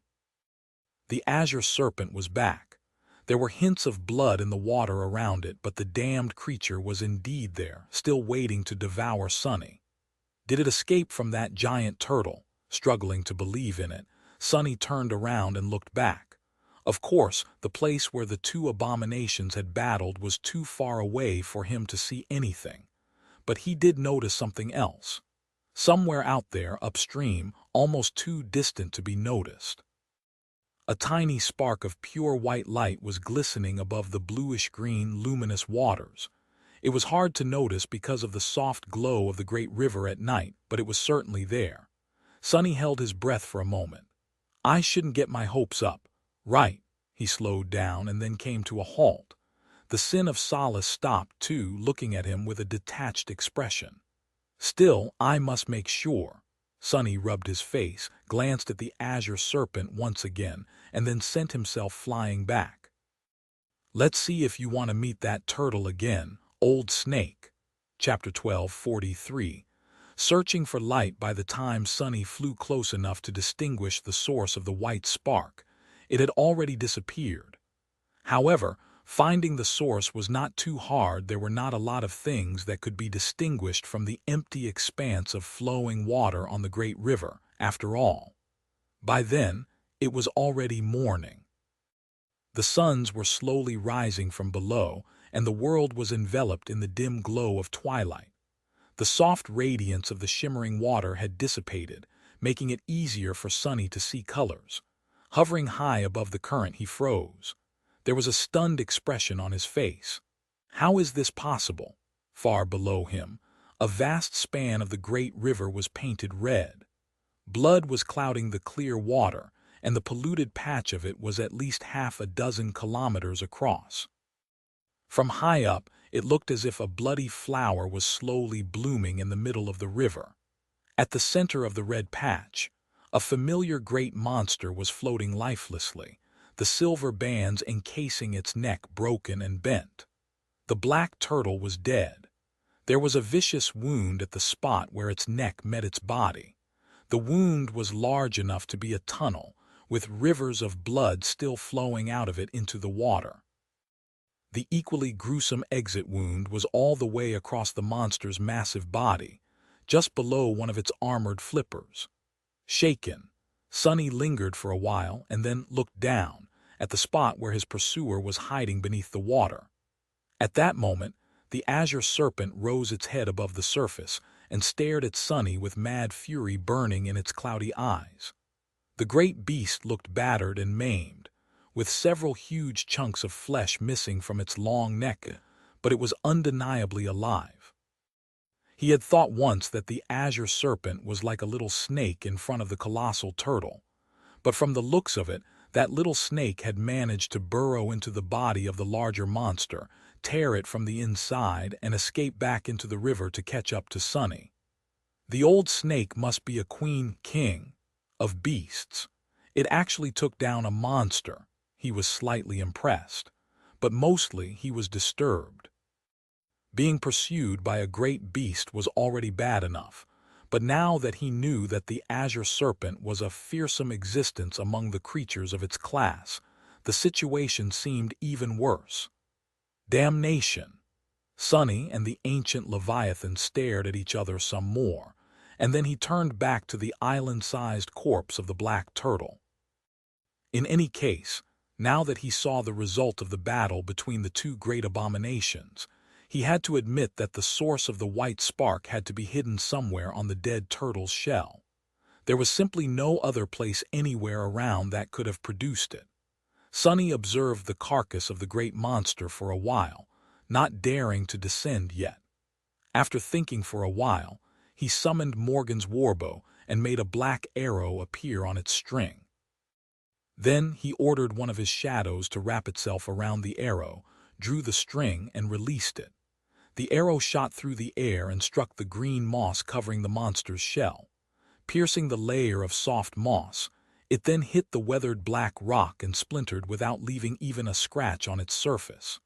The arrow was destroyed, but the shadow had already been transported on the dark island. The gloomy guy looked around, shivered, and then glanced at the sky with a resigned expression. His resentful gaze seemed to deal damage directly to Sunny's conscience. Sunny shifted a little. "What are you staring at? I have a very clear conscience. The clearest conscience in two worlds. It's a flaw of mine." The sin of Solace, who was standing by his side, quietly chuckled. Ignoring the apparition, Sunny commanded the gloomy shadow to go and explore. Then he looked at the world through its eyes. The surface of the black turtle's shell was indeed like an island. There were patches of moss covering the weathered rock, while the rock itself was rough and uneven. It was littered with mounds, deep gorges, and even depressions filled with water that looked like small lakes. Here and there, jagged pieces of tarnished silver could be seen. From what Sunny could tell, the great monster had been somehow fashioned with a battle armor of sublime silver in the past, perhaps thousands of years ago. Now, the silver armor was dull and covered with a dark patina. Most of it was gone, At least on the surface, only the edges of the shell, the neck, the head, and the flippers were still encased in vast bands of the precious metal. The huge chain Sonny had seen before served to fasten the armor to the creature's shell. He did not want to study the nature of the dead abomination in detail right now, though. First, he wanted to find out where the white light had come from. Soon, the shadow noticed something. In the middle of a large patch of moss, there was a spot where it had been burned away, revealing the rock surface beneath. The rock itself was covered by ash and soot. Most importantly, there was a palm print in the ash, a human palm print. Sonny's heart suddenly started to beat faster. The gloomy shadow seemed excited too. It sped up, gliding across the dark island and diving into the deep fissures in the rock shell from time to time. And after diving into one of the more shallow gorges, it saw something that made it freeze. Out there in the shade of the fissure, leaning her back on the uneven black rock, a young woman with silver hair was sitting on the ground. Her black clothes were singed and torn, and there was a wild look in her striking gray eyes. She was holding a piece of strange-looking roasted meat in her hands, sinking her teeth into it with a determined expression. Both her fingers and lips were covered in grease. It was Nephi's. As Sonny and the gloomy shadow were staring at her in stunned silence, she suddenly shifted, raised her head and looked directly at the shadow. Her eyes widened a little. Forgetting to chew, Neph lingered for a moment and then awkwardly waved at the shadow with a greasy hand. Chapter 1244, Damn Great Steak, It's Actually Her. Sonny did not want to admit it, but he was incredibly excited. A small smile appeared on his face, and he let out a long sigh. Far below, his shadow waved back at Nephi's. He was happy, and not only because it was Neph whom he had found. Sonny was also happy to find anyone at all, after days spent in solitude. He was starting to fear that the strangeness of the great river was much more dire than he had thought, and that he was actually sent into an entirely different nightmare or perhaps epic than the other members of the cohort. In fact, he had been suppressing the gnawing fear of being the only human in this flowing world. Thank the gods. Under the watchful gaze of the azure serpent, Sonny retrieved the heavenly burden and glided down in a wide spiral. He was still wary of the great abomination, but had no choice except to land. It was a good thing, too. After spending 2 days drifting through the empty sky, he longed to stand on something solid again. The small puncture wound left behind by the black needle was completely healed by the time Sonny reached the stone shell of the dead behemoth. To his relief, the ancient serpent did not follow him onto the island. It stayed in the water, staring at the tiny human with hungry madness. Luckily, looks could not kill. Well, at least this great beast's gaze could not kill. There were all kinds of nightmare creatures and aspects out there, though, as soon as the soles of his shoes touched the weathered rock, Sonny let out a satisfied sigh.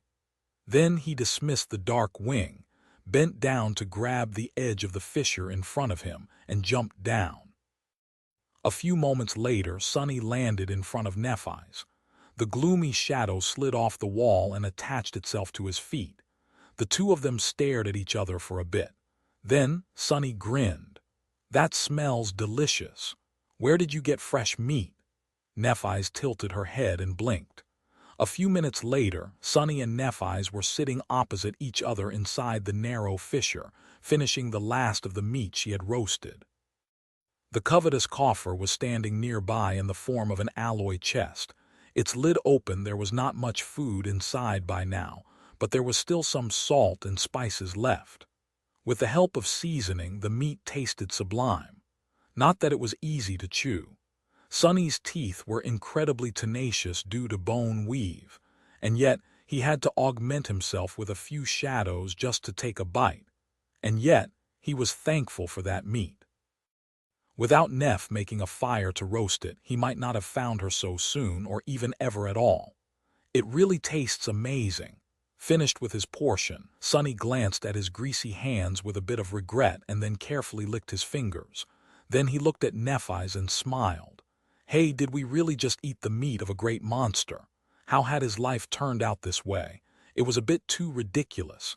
She nodded and brought the endless spring to her lips, drinking greedily. Yeah. I carved it myself, after the sea serpent left. Hearing this, Sunny shifted awkwardly. As it turned out, Nephi's had been on the shell of the black turtle the whole time. At first, she had appeared within the mist, just like Sunny, but after the mist dissipated, she found herself standing on the surface of the dark island with no one else in sight. Neph had felt that something was very wrong almost instantly, but it took her a few hours to realize that the rocky island beneath her feet was actually the carapace of a Titanic abomination. Then, she slowly explored the shell of the black turtle while trying her best not to awaken the great monster from its slumber. On the second day, the sea serpent had suddenly attacked, waking the turtle up and initiating a harrowing battle. Nephi's had no choice but to hide in one of the fissures and hold on for dear life while being battered, doused with water, and tossed around. The pressure and the shockwaves of the furious battle between two great abominations almost killed her. That was why her clothes were in such a sorry state.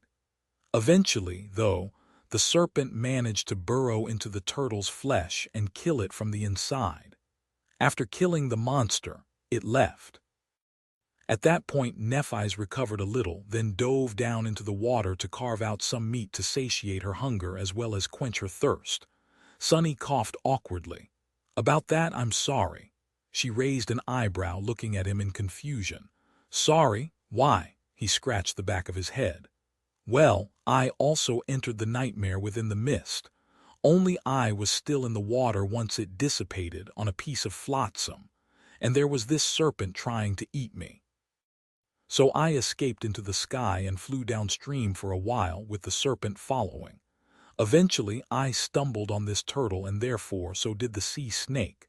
You know the rest. A strange expression appeared on Neph's face. She stared at him silently, making Sunny let out a nervous laugh. Actually, I was right above you, high in the sky, when they started fighting. We almost missed each other. Luckily, I noticed your flames from afar the next night and came back. He lingered for a moment and then smiled. So it all ended well. Now we are both stuck here. Then the smile froze on his face. Sunny remained motionless for a bit, then looked away and cleared his throat. Oh, by the way, that sea serpent. Yeah, I might have accidentally let it back here again. It's currently circling the turtle. Did I say that I was sorry? Nephi stared at him for a while, then lowered her head and covered her face with a palm. Sunny could have sworn that he heard her mumble something under her breath, but he must have heard wrong, right? There was no way Nephi's would say. Damnation. Chapter 12:45 Smashing problems with a hammer climbing out of the fissure. The two of them and the ominous figure of the Sin of Solace studied the calm surface of the great river. By now, it seemed like a sea of blood. The patch of red water surrounding the dead behemoth was growing larger as it was slowly washed away. Just then an ominous shadow moved through the blood, and a giant, cloudy eye rose from the red liquid to stare at them with hatred and burning malice. Sunny shivered and felt the desire to take a step back. Nephi's remained unmoved. After a while she spoke in a somber tone. Strong, he sighed. It is a great beast. Of course it's strong. At that moment the Sin of Solace smiled. As they escaped the suffocating gaze of the azure serpent by jumping back into the fissure, the sword wraith spoke. But isn't it just a great beast? Where is your fighting spirit, Sunny? Go, kill it like you always do. Sunny threw an irritated glance at him and thought, shut the hell up. The apparition laughed. Why, can't I make a joke? Of course, a pathetic waste of a divine aspect like you has no hope of surviving a fight with this creature. It grinned and added, that is why it's funny. Sunny frowned and glared at the Sin of Solace, then started to think of a response. However, at that moment, Neph's voice distracted him from the conversation. Sunny, who are you talking to? Startled, he flinched slightly and turned to her. His face grew slightly more pale than usual. You heard that? I spoke it aloud. She lingered for a moment, then nodded. Sonny let out a small laugh and scratched his head, feigning embarrassment. In truth, he was a little frightened. It seems that the effect of the sin of solace on his mind was not as tame as he had thought. Damn it. That. My primary weapon memory has a peculiar enchantment. Basically, it's a voice that doesn't miss a chance to explain how wrong everything I do is. Right? Something like that. Nephi stared at him for a while, and then a hint of a smile appeared on her face. Oh, Sonny frowned. Wait, why are you smiling? It's very annoying. She simply shook her head. It's nothing. I was just suddenly reminded of an old fairy tale I once heard. He gave her a dubious look. Really? What is that fairy tale about? Nephi pondered for a bit as if trying to recall, then said with uncertainty, "It is about a mischievous doll who ran away from home. Every time the doll lied, his nose would grow bigger, and there was a cricket who followed the wooden boy around, trying to explain what is right and what is wrong to him." Sonny blinked a couple of times, perplexed. What kind of weird story was that? And why would a doll be alive? Was it actually an echo, or a nightmare creature? He frowned. That's one strange fairy tale. I do see why you would remember it, though, not that I have any problems with the length of my nose. So, how does it end? Nephi thought for a while. I guess the doll learns how to be a good boy and returns home with the cricket. That is not the original ending, though. Sonny felt a little better about himself after hearing that. Curious, he raised an eyebrow and asked, "Yeah, what happens to the doll in the original then?" She sat down and shrugged with an indifferent expression. "He kills the cricket with a hammer, then gets hanged from a tree and dies." Sonny's eyes twitched. "What the hell?" Lowering himself to the ground, he scoffed. "That doesn't even make sense. Isn't that doll made of wood? Why would he die after being hanged from a tree? Ridiculous, not to mention that a talking wooden doll would have been at least a demon. There's no way a demon would die from being hanged." He looked at Nephi's and abruptly realized how ridiculous that conversation was. Sonny cleared his throat and then added, "Anyway, that memory of mine has grown stronger once we entered the nightmare. I have a couple of ideas why, but I'm not certain yet. So that peculiar enchantment has become more annoying too. I guess what I am trying to say is, don't mind me." However, he couldn't help but glance at the sin of solace and add with a bit of venom in his voice, "As for the fairy tale, now that we established that the doll wouldn't have died from hanging, I must admit I wouldn't mind smashing that annoying cricket with a hammer and watching it die." The apparition mockingly raised an eyebrow. Neph, meanwhile, frowned slightly and asked, "Why do you keep looking to the side when talking about that enchantment?" Sonny froze. "Well, that at first there was only a voice, but now there's an illusory figure following me too. In fact, it looks exactly like me and uses my own voice to berate me. It's fine, though, just annoying." Nephi's remained silent before asking in an even tone, "So there are two Sonnies here right now?" Sonny grimaced, then nodded with a bit of reluctance. "In a sense, one is just a foul-mouthed hallucination, though." Neph stared at him for a while with a funny expression. Then she tilted her head slightly and stared at him some more. Sonny suddenly felt a bit weird under that gaze. "What? Why are you looking at me like that? I'm not crazy. No." What was it hidden in the depths of her calm gray eyes? Was it amusement? Nephi suddenly took a deep breath and then shook her head. "I know that you are not crazy. That memory should be the sin of solace, right? It is tied to Ariel and therefore to the tomb of Ariel. Even though the pyramid doesn't seem to exist in this nightmare, it might come in handy." Sonny slowly exhaled. "Right." Nephi's had access to the list of his memories, so she would know about the sin of solace. But that reminded him. Growing serious, Sonny said in a somber tone, "Speaking of which, I think we should try to figure out where we are, and more importantly, why we are here. I think that if we pull all the information we have together, we might be able to find out a few things." She nodded. "Okay, I was thinking the same thing. There have to be hints in the descriptions of some of the memories we received during the chain of nightmares. I can tell you which ones of mine seem important." Sunny too thought that this was the best course of action. At least for now, the azure serpent didn't seem to have plans of climbing onto the carcass of the black turtle, and the current was pulling it downstream. Even if they tried to fly away, their speed wouldn't be much greater than that of the dark island. So they might as well try to better understand the situation first. However, he gathered his willpower, hesitated for a few moments, and forced out an indifferent smile.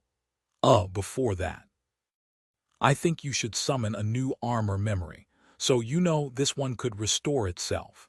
Nephi's frowned, then looked down at herself. The black garments she wore were singed and torn, revealing more than a fair bit of her smooth alabaster skin. She remained motionless for a bit, then shifted slightly. Turn R, can you turn around?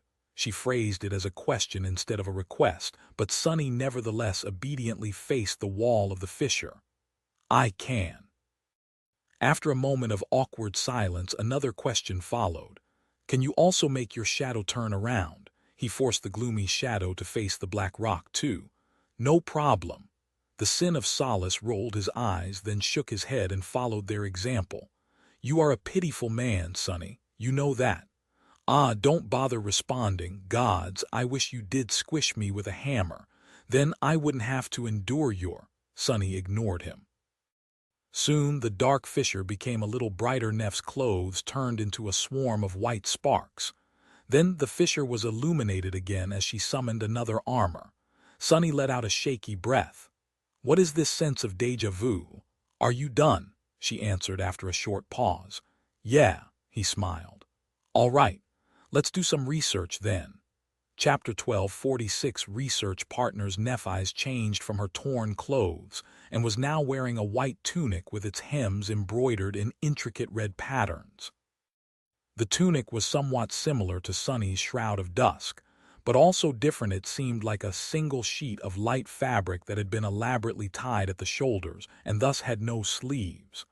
Loosely fastened at the waist and with high slits, it seemed like something that could afford one a high degree of freedom of movement. Still, Sunny was slightly surprised to see what Neff had chosen to summon. She gave him a strange look. What? He shrugged. I just imagined that you would select a suit of steel armor, or at least something that offers more protection. There has to be a memory like that among those that Summer Night gave you, right? Nephis shook her head. There is. But what does it matter here? No matter how powerful of an armor memory I use, it will still break after brushing against a great abomination once. So, I might as well go for something light and offering good utility. This tunic might not protect me well, but it enhances my senses. For now, that is more important. Best of all, she slightly pursed her lips and added with a hint of frustration in her voice, it won't burn. Sunny suppressed a chuckle. All right, suit yourself. It was not like he had anything to complain about. That tunic of hers was rather beautiful, plus, he wasn't one to talk, considering what he himself was wearing. Sunny pulled his gaze away from Neff's slender figure and stared at the memories that were laying on the ground between them.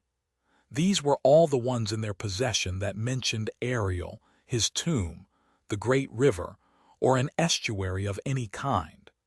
There was no real need to summon them, since both Sunny and Nephis could see each other's runes. However, having something to look at was more convenient.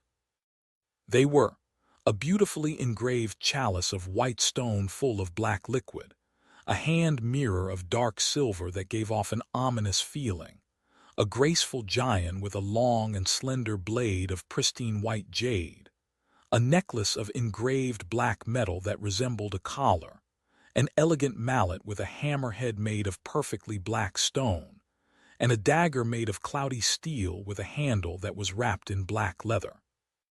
The bitter cusp, the mirror of truth, the sin of solace, the stifled scream, the dark shaper, and the falling ash.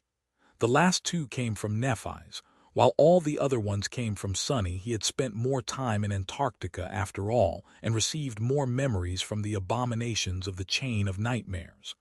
There was also the shroud of graceless dusk, but Sunny did not feel like undressing, although it might have been only fair for him to do so. Never mind. He studied the memories for a while, sometimes glancing at the shimmering runes in front of him. Eventually, Sonny said, "Before we try to draw any conclusions, let's go over what we already know first." Nephi's nodded. Sonny took a deep breath. First of all, there was a demon called Ariel, the demon of dread. The tomb of Ariel stands somewhere in the Nightmare Desert, however. It is not a tomb where Ariel is buried. Rather, it is a tomb that he built. He remained silent for a moment, then continued. The seven of us entered a seed of nightmare that seemed to have originated from the tomb of Ariel. However, instead of being transported into the past of the Nightmare Desert, we somehow ended up in the middle of a strange and boundless river. It was not certain that the great river was boundless. Sonny had not tried to reach its seemingly unattainable shores yet, after all. However, it was definitely incredibly vast. He frowned. That river seems to be the Great River, which is said to exist outside of time and flow endlessly from the future into the past, whatever that means. The Great River is connected to the tomb of Ariel somehow, but we don't know how exactly. After finishing, Sonny lingered a bit and then asked, "Anything you want to add?" Nephi's nodded. "The nightmare we entered is an abnormal one. The vision of the reverse time was interrupted. Additionally, there are supposed to be millions of challengers within it. Apart from that," she glanced at the strange sky of the great river where dawn coexisted with dusk and day, and at the seven suns bathing the world in light. Then Nephi said, "This place looks like a colossal soul sea." Sonny's eyes glistened. "Right, that was what I thought as well," he sighed and then picked up the dagger forged out of cloudy steel, the falling ash. Weighing it in his hand, Sonny glanced at its complicated weave and then turned to the runes. Memory, falling ash. Memory rank. At the same time, Nephi's looked at his own memories for a while, and then tentatively picked up the mirror of truth. She glanced at her reflection, shivered, then turned the mirror around and studied the beautiful engravings on its back. Her eyes darted from side to side, most likely reading the runes that described the meeting between Weaver and Ariel. After a few moments, a contemplative expression appeared on Neph's face. "This one is interesting. I think it is important. It can help us understand the nature and purpose of the tomb of Ariel. However, it doesn't tell us anything about the great river." She put the mirror of truth aside and reached out for the bitter cusp. "This one is connected to the sin of solace and the falling ash, I think." Sonny nodded as he read the description of the ashen dagger. The runes read, "Ariel built a beautiful palace of jade for the queen, and there she held her court. A great bridge of stone led to the jade palace, covered in snow and ash. Soon, the news of the queen's beauty and wisdom spread across the realms, and many guests came to witness her grace. Not all of them survived the snow, and even fewer survived the ash. Still, more and more came." He frowned. The description of the sin of solace told of a beautiful monster that Ariel had made a queen and gifted with the sinister knowledge of hideous truth. The description of the bitter cusp told the eerie story of a group of guests that came to the Jade Court with ill intentions. And this one told about how Ariel had built the Jade Court, the Jade Palace for the Jade Queen. None of that information was particularly useful for them now, except maybe for the fact that Ariel seemed fond of building things. However, Sonny glanced at Nephi's and showed her the dagger. "That Jade Palace, doesn't it sound like Ravenheart?" Ravenheart, the great citadel of Clan Song, was situated among snowy peaks and raging volcanoes. Snow and ash were always falling there. And more than that, one had to cross an enormous stone bridge to reach it. The description of the Jade Palace was too similar. Neph looked at the falling ash. Then her eyes glinted a little. "It does." Sonny was a bit stunned. He had learned some time ago that the citadels of the great clans were left behind by the seven demons, and were thus very important to the sovereigns. So were the Ivory Tower, which had once belonged to Hope, and the Hollow Mountains, where Nether's citadel still remained undiscovered. That was why Valor and Song had been racing to conquer the tomb of Ariel. But If the citadel left behind by Ariel was actually Ravenheart, then which demon was tied to the Black Pyramid? Who could be more connected to the tomb of Ariel than its builder? Feeling confused, Sonny shook his head and tried to concentrate on the task at hand. Right now, they had to learn about the Great River the most because that was where they were stuck. Putting the falling ash back, he picked up the Dark Shaper, which looked like an elegant mallet with its head made of perfectly black stone. In fact, that black stone looked very familiar. Sonny studied the weave of the black mallet, then glanced at its runes. A few moments later, his eyes widened. Chapter 12:47, Fear Itself. The Dark Shaper was a transcendent memory of the fourth tier that Nephi's had gained in Antarctica. It was one of the few she had chosen to keep. The rest either went to the Firekeepers or were sold to acquire various equipment and resources. Being the leader of a group of elite awakened was not cheap. Even with the support of clan valor, Neph had to work hard to provide her followers with the best. Everything. Perhaps it was a part of the King of Swords testing her competency, or perhaps the great clan simply didn't care to spend too much on the survivors of the Forgotten Shore before they proved themselves. In any case, Nephi's had decided to keep the Dark Shaper for herself.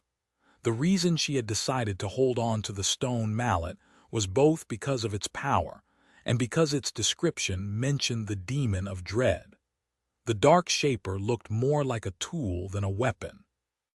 It had a handle of dark polished wood inlaid with dull silver. The hammerhead was fashioned out of perfectly black stone, which looked and felt rather familiar. Sonny was almost certain that it was the same stone that the tomb of Ariel had been built of. The stone mallet's enchantments had to do with sculpting and changing the shape of things. Disturbingly, these things were not limited to stone, metal, and wood. If one wished, they could also shape flesh and bone, sculpting all kinds of nightmarish creations. The sinister, corrupted devil Nephi's had killed to receive the Dark Shaper was similarly revolting. It was indeed a memory worthy of being graced with the name of the demon of dread in its description. And speaking of the description, at first, Sonny simply studied the shimmering runes, finding them rather interesting. They read, Memory, Dark Shaper, Memory Rank, Transcendent, Memory Tier, Roman 4, Memory Type, Tool, Memory Description. When the unholy Titan took a step, everyone cowered in fear. Only Ariel, the demon of dread, remained standing. He did not feel fear, for he was fear itself. Taking a step forward, he challenged the unholy Titan, and the two battled under the azure sky. Their battle was fierce. Their battle was fearsome. Their battle was a hint of the doom that would come. The unholy Titan possessed an indestructible stone body and was invulnerable to all harm. As they fought, the land was shattered and the sky split apart.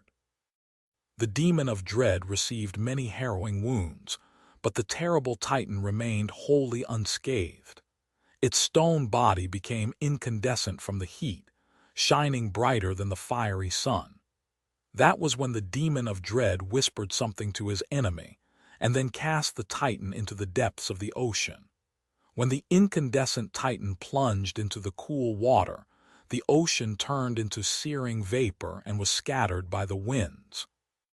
The stone flesh of the Titan instantly cooled, causing a tiny crack to appear on its heart. That tiny spot was the only part of the creature that had not been tempered, and was also its only flaw. As Ariel watched coldly, the Titan bellowed in agony.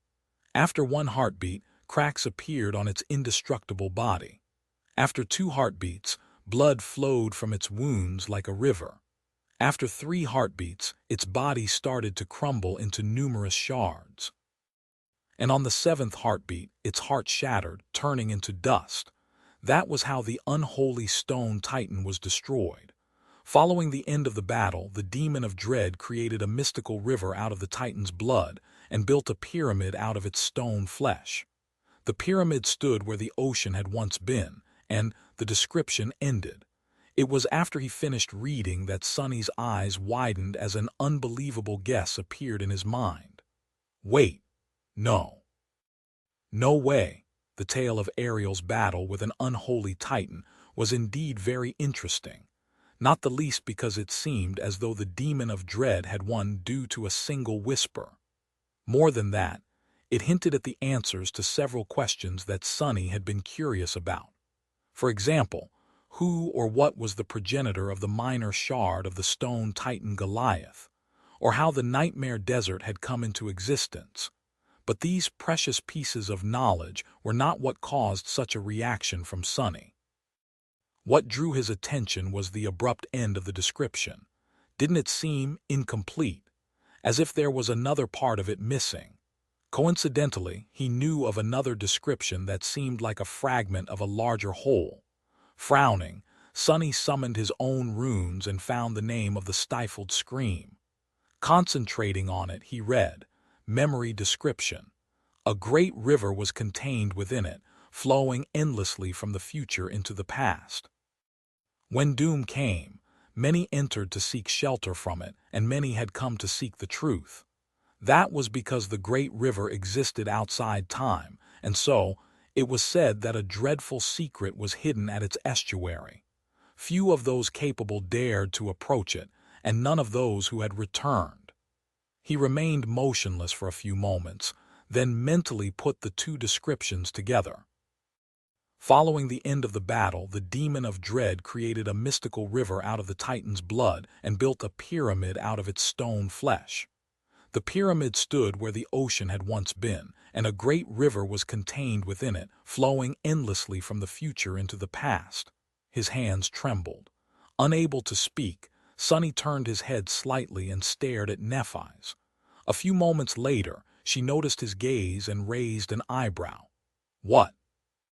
He lingered for a while and then said hesitantly, That, I am really not sure, but I think I understand where we are now. Then Sunny looked at the narrow strip of the sky above them and added in a hushed voice, Neph, this might sound crazy, but I think that we are inside the Black Pyramid. Chapter 12:48. Entombed, the two of them climbed from the fissure and were staring at the seven suns moving across the vast sky. They remained silent for a while. Eventually, Sunny spoke. I know that it doesn't make sense, but it also makes so much sense, you know. Nephi's frowned but did not retort. She had read both descriptions as well. Although Sunny's theory sounded outlandish, it was also compelling in a bizarre and irrational kind of way. He took a deep breath. I mean, listen, we were in the nightmare desert and entered the third nightmare through a seed that had been a part of Ariel's tomb once. Logically, the spell should have sent us into the past of the desert, or at least into the past of the Black Pyramid. However, it sent us into the great river instead. That is an obvious contradiction. Sunny swept his hair back and rubbed his eyes. But it all makes sense if the great river is actually situated inside the pyramid.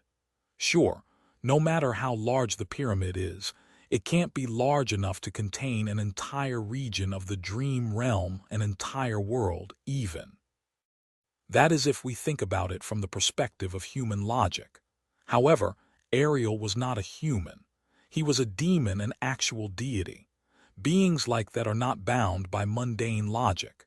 If he could create a pyramid that does not draw nearer no matter how long you walk toward it, who says that he couldn't create a pyramid that contains a whole world inside it? Nephi studied the seven radiant suns, then glanced at the vast expanse of the great river. The azure serpent raised its head from the water, staring at them with madness and hunger. Struggling to ignore it, she sighed. Did he create that world too, then? Well, now that I think about it, he might have. Both of us thought that this place looked like a soul sea, right? Maybe it is not a soul sea, but instead was made from one. Ariel built the Black Pyramid out of the flesh of an unholy titan. He created the great river out of its blood. Then he created a world out of its soul, if so. Then those seven suns were made out of seven divine soul shards that the Titan had left behind. Nephi's lingered for a bit and then added, if the humans of the Forgotten Shore could create an artificial sun, there's really no reason why Ariel couldn't create seven better ones. Sunny nodded. It would also explain why there are no stars in the night sky and why it's entirely black, because it is not a real sky. Instead, the Black Pyramid is hollow, and what we're looking at is actually the inner side of its walls. The two of them looked at each other, both growing more and more convinced that this startling theory was right. Troubled, Nephi looked at the seven suns again. So, Ariel created this place, this tomb, to bury the truths he couldn't endure, and there is said to be a dreadful secret hidden in its estuary. It is easy to conclude that the truth he buried and the dreadful secret are one and the same. However, isn't it a little bit too elaborate of a feat to create a whole world, hide it within an indestructible pyramid, and remove it from the natural flow of time all just to hide a secret? Why would he want to go to all that trouble? Sonny listened to her with a somber expression on his face. He remained silent for a bit, then said, "Maybe it's not that he wanted to, but instead that he had no other choice. The truth is hidden in the estuary of the great river, and the great river flows from the future into the past. But what is its estuary actually? What can be the end of a river that flows through time into the past?" He shifted slightly. "The only end such a river can have is the point, when time didn't exist yet, isn't it, where the past terminates? The estuary of the great river has to be the point where the past disappears into the primordial void, which was everlasting and ever-changing, and existed before the concepts like death and time were even created by the gods. In fact, the estuary has to exist before the gods were born, and therefore outside their control. If Ariel wanted to hide something from even the gods, wouldn't he have had to go to such lengths?" Nephi sighed, then rubbed her face. "This is a little bit too strange to think about. A time before time existed. That is a paradox in and of itself, don't you think? Also, the great river does not only flow from the future into the past, it also does so endlessly. How can an endless river reach a point of termination?" Sonny felt a headache coming. He grimaced and looked away. "Well, anyway, regardless of all that, at least we know now that the Sybils did not literally hide inside a huge pyramid with their people. They actually came to the great river which existed outside the natural flow of time and was thus far removed from the doom that they were escaping. That doom, it had to be the war between the demons and the gods, right? That was why they eventually couldn't hear the voices of the gods anymore, because the gods died." Nephi slowly nodded, prompting Sonny to smile. "You do understand what it means, don't you?" She looked at him with a hint of confusion. "What exactly are you talking about?" He grinned. "It means that there are tons of locals here on the Great River. We just haven't found them yet. But when we do, we'll be able to learn all kinds of information from them, including what the central conflict of this nightmare is and how to conquer it." She tilted her head a little. "Right. There have to be plenty of humans here, according to the descriptions of the memories. It's just that they had entered the great river much earlier than we did. So they are probably somewhere further downstream. Further into the past." Without having to say anything, both of them turned to look north, in the direction where the waters of the great river were flowing. The view was rather beautiful, except for the terrifying silhouette of the ancient serpent, which had raised its neck from the water and was devouring them with its eyes. Nephi lingered for a while and then said in a low voice, "But Sonny, what if the goal of this nightmare is to reach the estuary? What are we going to do then?" He shivered, startled by her question. Reach the end of the great river, surely a third nightmare would not have an insane goal like that. That was not a task mere Ascended were qualified to complete. There had to be something else, something palpable and attainable, something that they could accomplish. He just didn't know what it was. Sonny let out a stifled laugh. "Let's hope that it's not, and if it is, well, I guess we'll have to do our best." The Sin of Solace smirked as he looked at the water. Chapter 12, 49 Titanic Ship. So, this is it then. The tomb of Ariel had been built from the remains of the stone Titan, while the great river created from its blood was contained within it, illuminated by the 7 suns made from its broken soul cores. The secret hidden at the estuary was the truth that Ariel had wished to forget. The nightmare desert was the result of the battle between him and the unholy creature. Looking at the blue sky above them, Sunny couldn't help but wonder. So the demons were capable of creating artificial worlds. Then a sudden thought made him shiver. What is the difference between a real world and an artificial one, though? Was there even a difference? And if there was not, had the rest of the worlds been created by someone as well? The demons, the gods, the unknown? He sighed, then shook his head. Do I really have time to ponder the cosmic origins of the world? Right now, they had more practical questions to answer. Many of the mysteries of the third nightmare had been revealed to them, but many more remained.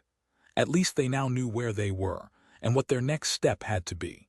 Travel downstream, find the Sibyls, and learn how to conquer this seed. Well, that is easier said than done, though.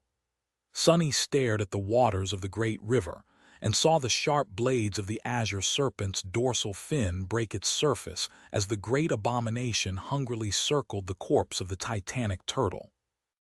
A dark expression appeared on his face. After a bit of silence, he said, "Neff, do you think we can kill this thing?" She smiled faintly. Sunny had expected to hear some kind of a crazy answer like always, but she unexpectedly gave him a sober one instead. "It is not impossible. This beast is 2 whole ranks above us, which would usually mean that there is no hope. But then again, we did eventually kill a few fallen abominations as sleepers, back on the forgotten shore." Nephi's grew silent for a moment, and then added somberly, "However, the gap between ranks grows much wider the higher those ranks are. The difference between a corrupted creature and a fallen one is much greater than the difference between a fallen creature and an awakened one, while the gap between a great abomination and a corrupted one is even greater still. Worse yet, this great beast is in its natural element in the water, while we are not.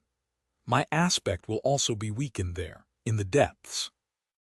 Glaring at the serpent intensely, Sunny slowly nodded. Everything she said was reasonable. "I bet I can still kill it, though." Hearing his unexpected words, Nephi's chuckled, but Sunny was serious. He was not particularly confident, but he also did not think that their chances were close to 0. Both of them were strong, and they were even stronger together.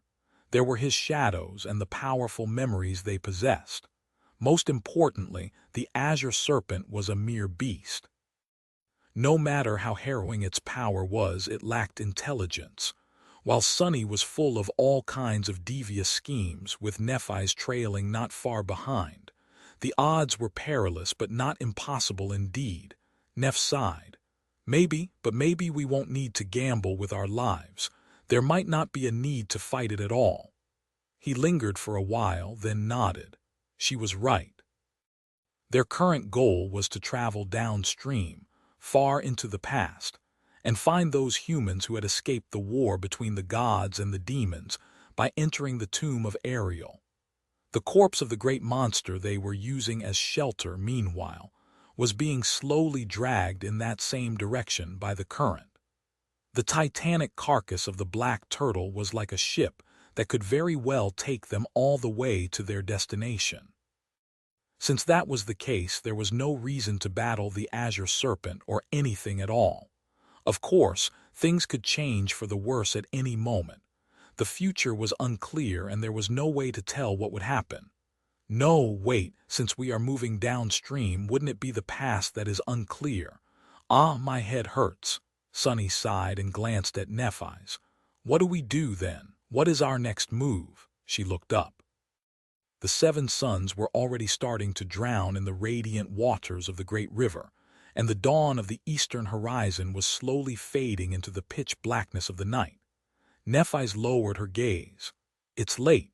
We should probably rest and take another look at the situation in the morning with fresh eyes.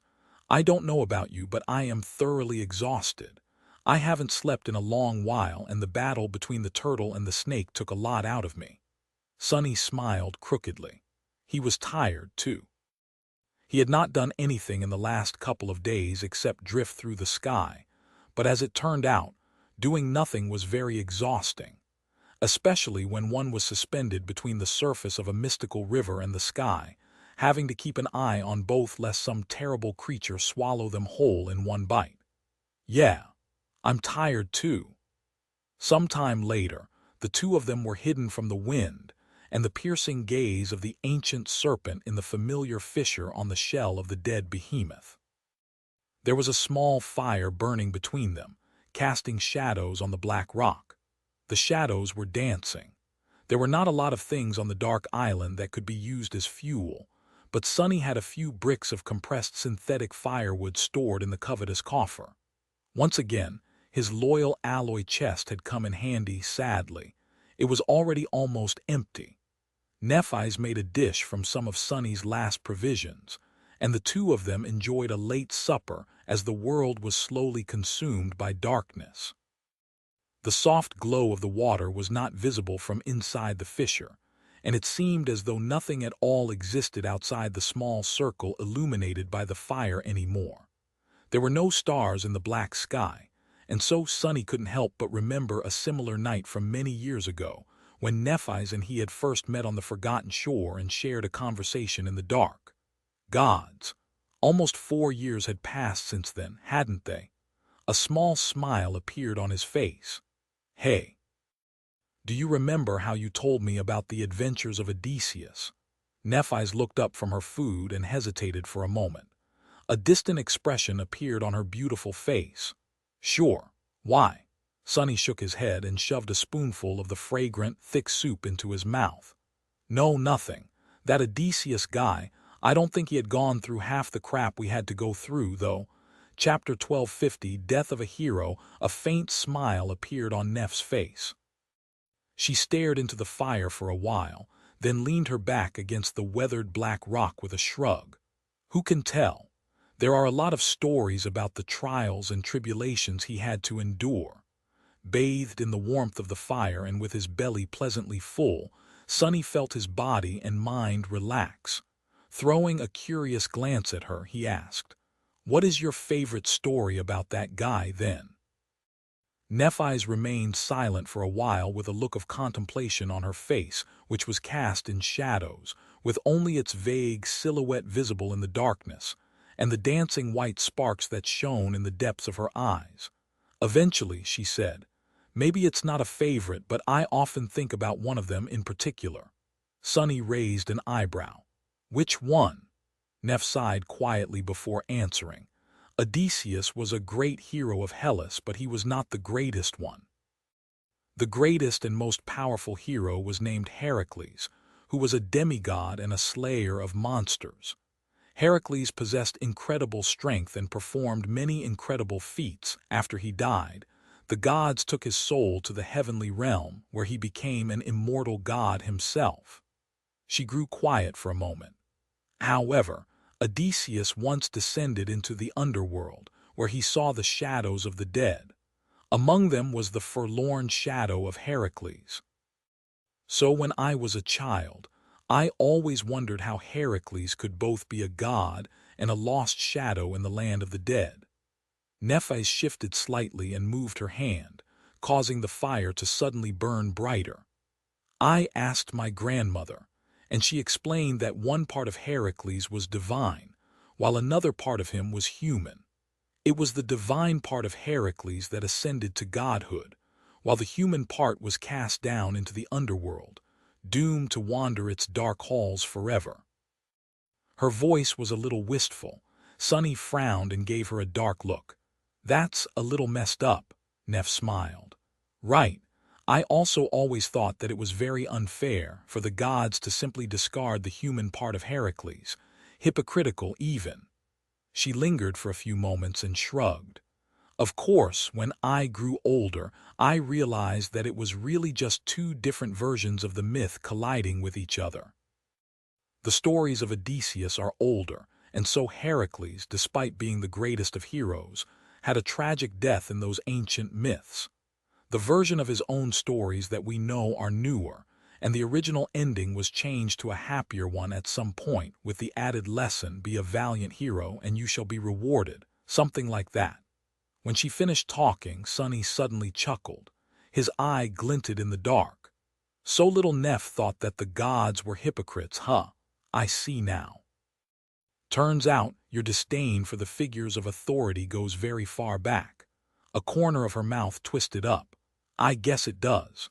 No wonder she is dead set on killing the sovereigns and destroying the spell. This hopeless lunatic was like that from the very start. Sonny hesitated for a while, then asked, "Don't you think that it is a little hypocritical too, though? You are a great figure of authority yourself now, after all.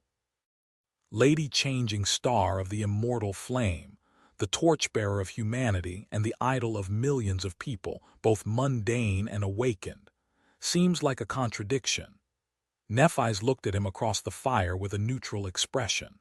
The sparks of white light in her eyes danced as she answered, "Humans are contradictory creatures.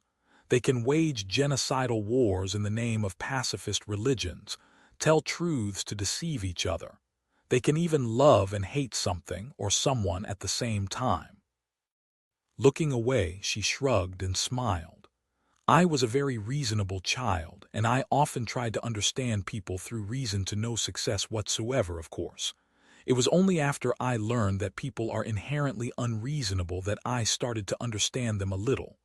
Oh, I am a person too. It's no surprise that I am a bit contradictory as well." Sonny stared at her silently. After a while he scoffed. "Really? Because, let me tell you, I was a very unreasonable child." Nephise looked at him in surprise. "Seriously?" he nodded energetically. "Oh yes, one might even say that I was a bit dumb, trying to understand things through reason. Couldn't be me, I just learned things through trial and error." Sonny paused for a moment and then added somberly, "Well, mostly error." Nephise tilted her head a little and then suddenly smiled. "To be honest, I can't really imagine you as a child. I just always imagine you as you. What were you like?"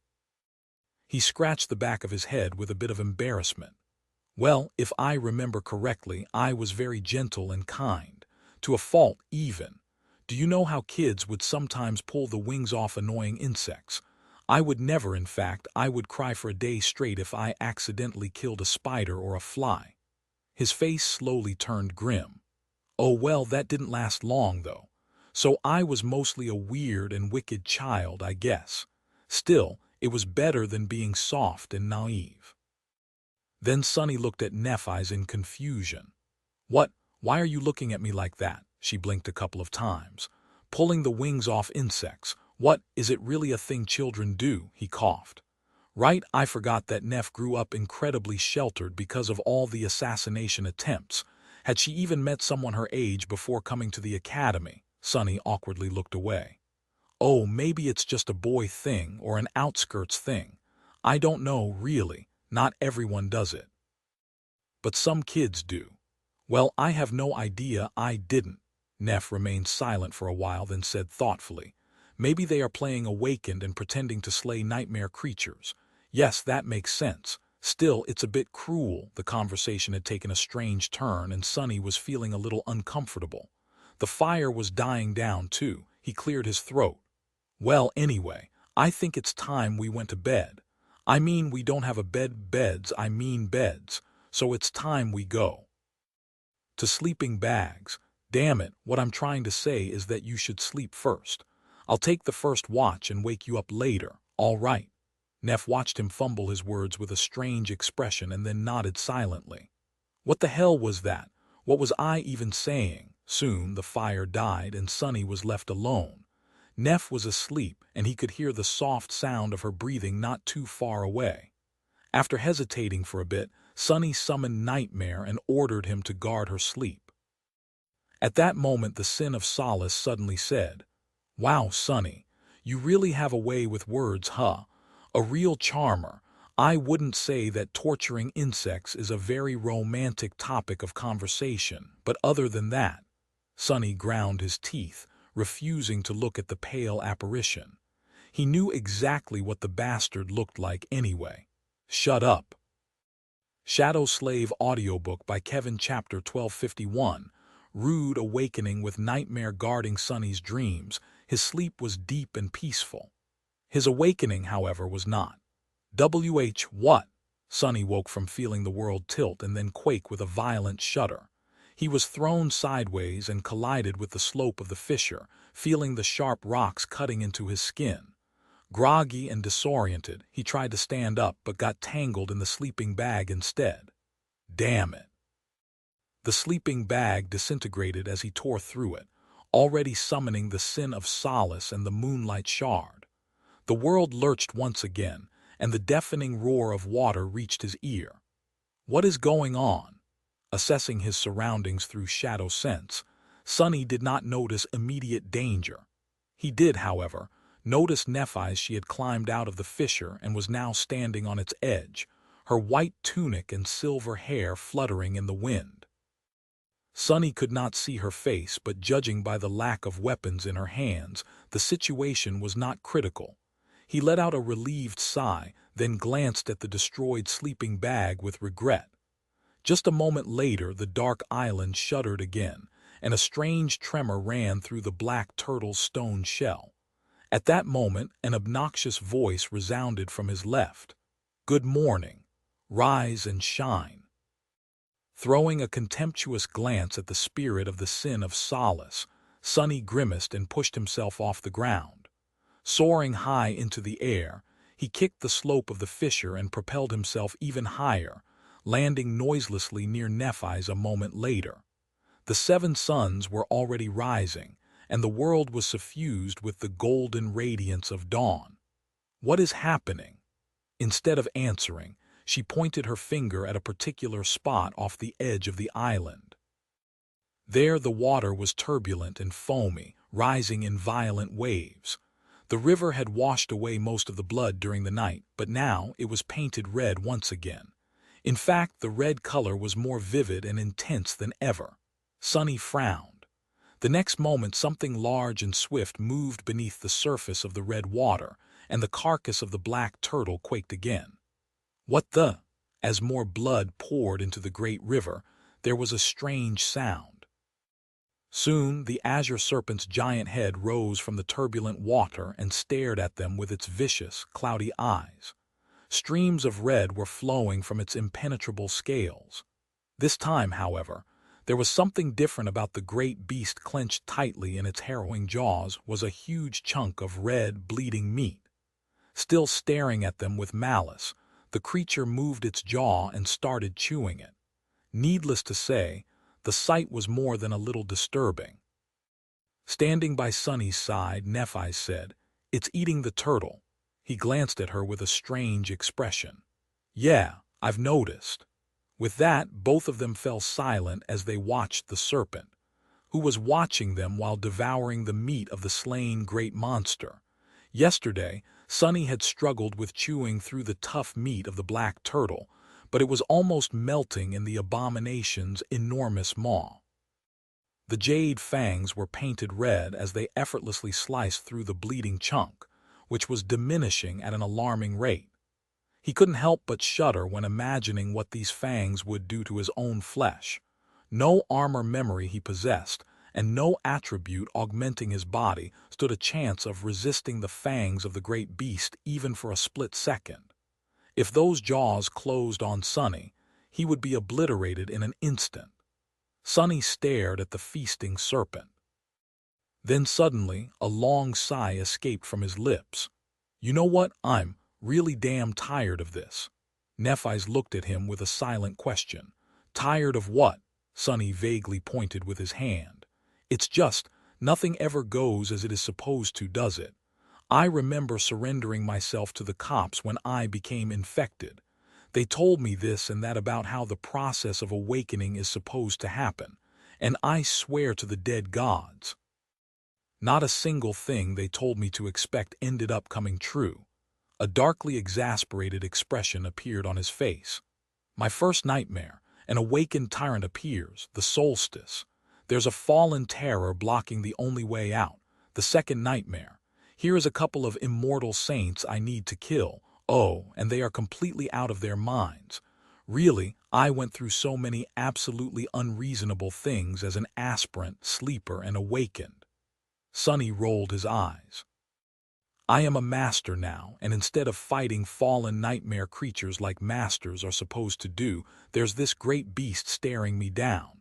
Let's not even mention all the corrupted abominations I've already killed. Is this what they call suffering from success? If so, I really don't want to be such an overachiever anymore. Can't something normal happen for once? Listening to him, Nephis tilted her head a little.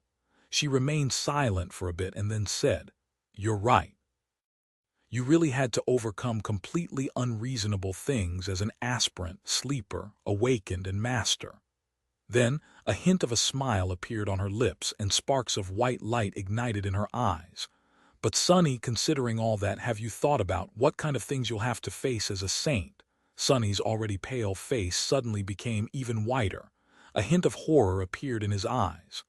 "Oh, gods," he shivered. "You evil, no, I don't want to even think about it." Smiling, Nephis looked away and concentrated on the azure serpent once again.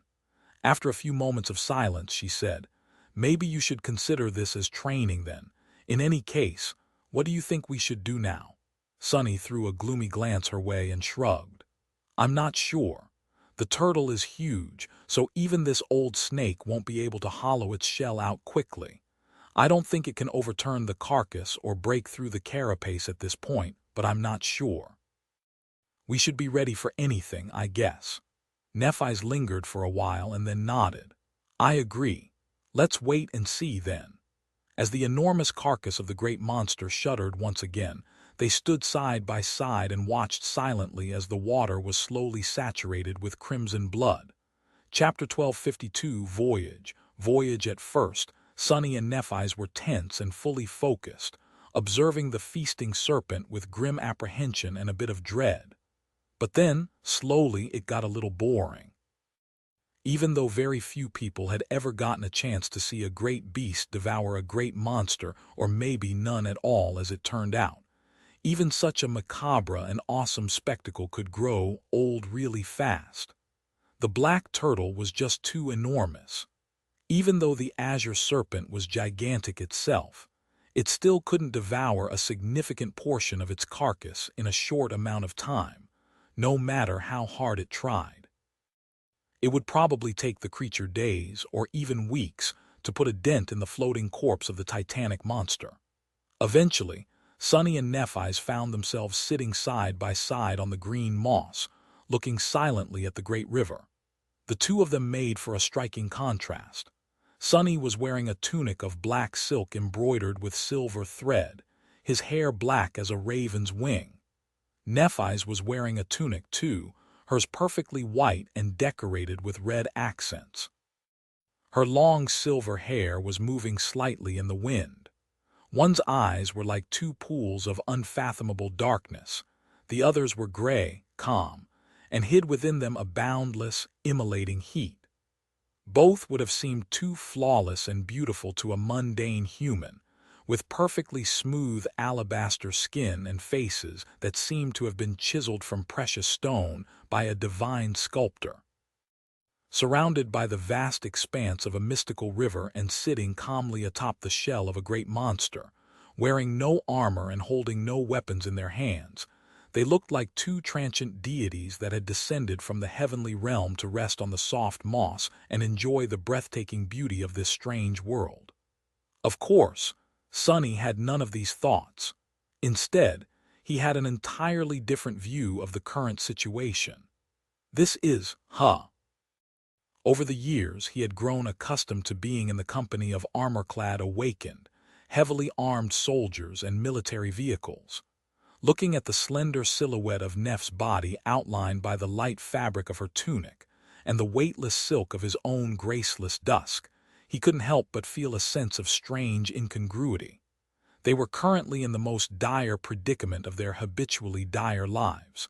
And yet, what the hell? We look like we're enjoying a luxury cruise. Of course, leisure cruises and getaways on tropical islands had not been a thing since before the dark times. Sunny just found the idea amusing after randomly learning about that ancient tradition from Rain, and was reminded of that conversation right now. He knew that being surrounded by great abominations was not exactly one's idea of a relaxing vacation. However, the corpse of the black turtle was technically floating, so it was like a ship. At the same time, it was large enough to be an island. The food was delicious. The view was to die for. The company was very nice too, if not for the blooded snout of the azure serpent rising above the water from time to time. He would have actually been quite content. Huh! Sensing his strange mood, Nephi's looked at him and raised an eyebrow. You have that funny look in your eyes, Sonny coughed. I was just thinking that this entire situation is weirdly peaceful. We are on top of a dead great monster, and there is great beast slowly devouring that monster as it waits for a chance to munch on our souls, and yet, there's nothing to do. He scratched his head. Let me tell you, the start of my second nightmare was nowhere near as relaxing. Plus, this black turtle, it's kind of like a ship, isn't it? So, we're relaxing on a ship. I just think it's funny. Nephi's blinked a couple of times, then stared at the black expanse of the black turtle's shell. After a short pause, she said awkwardly, "Oh, you would know better. I actually was never on a real ship." Sonny tilted his head a little. "Oh, that's right. She was brought to Antarctica by Whispering Blade.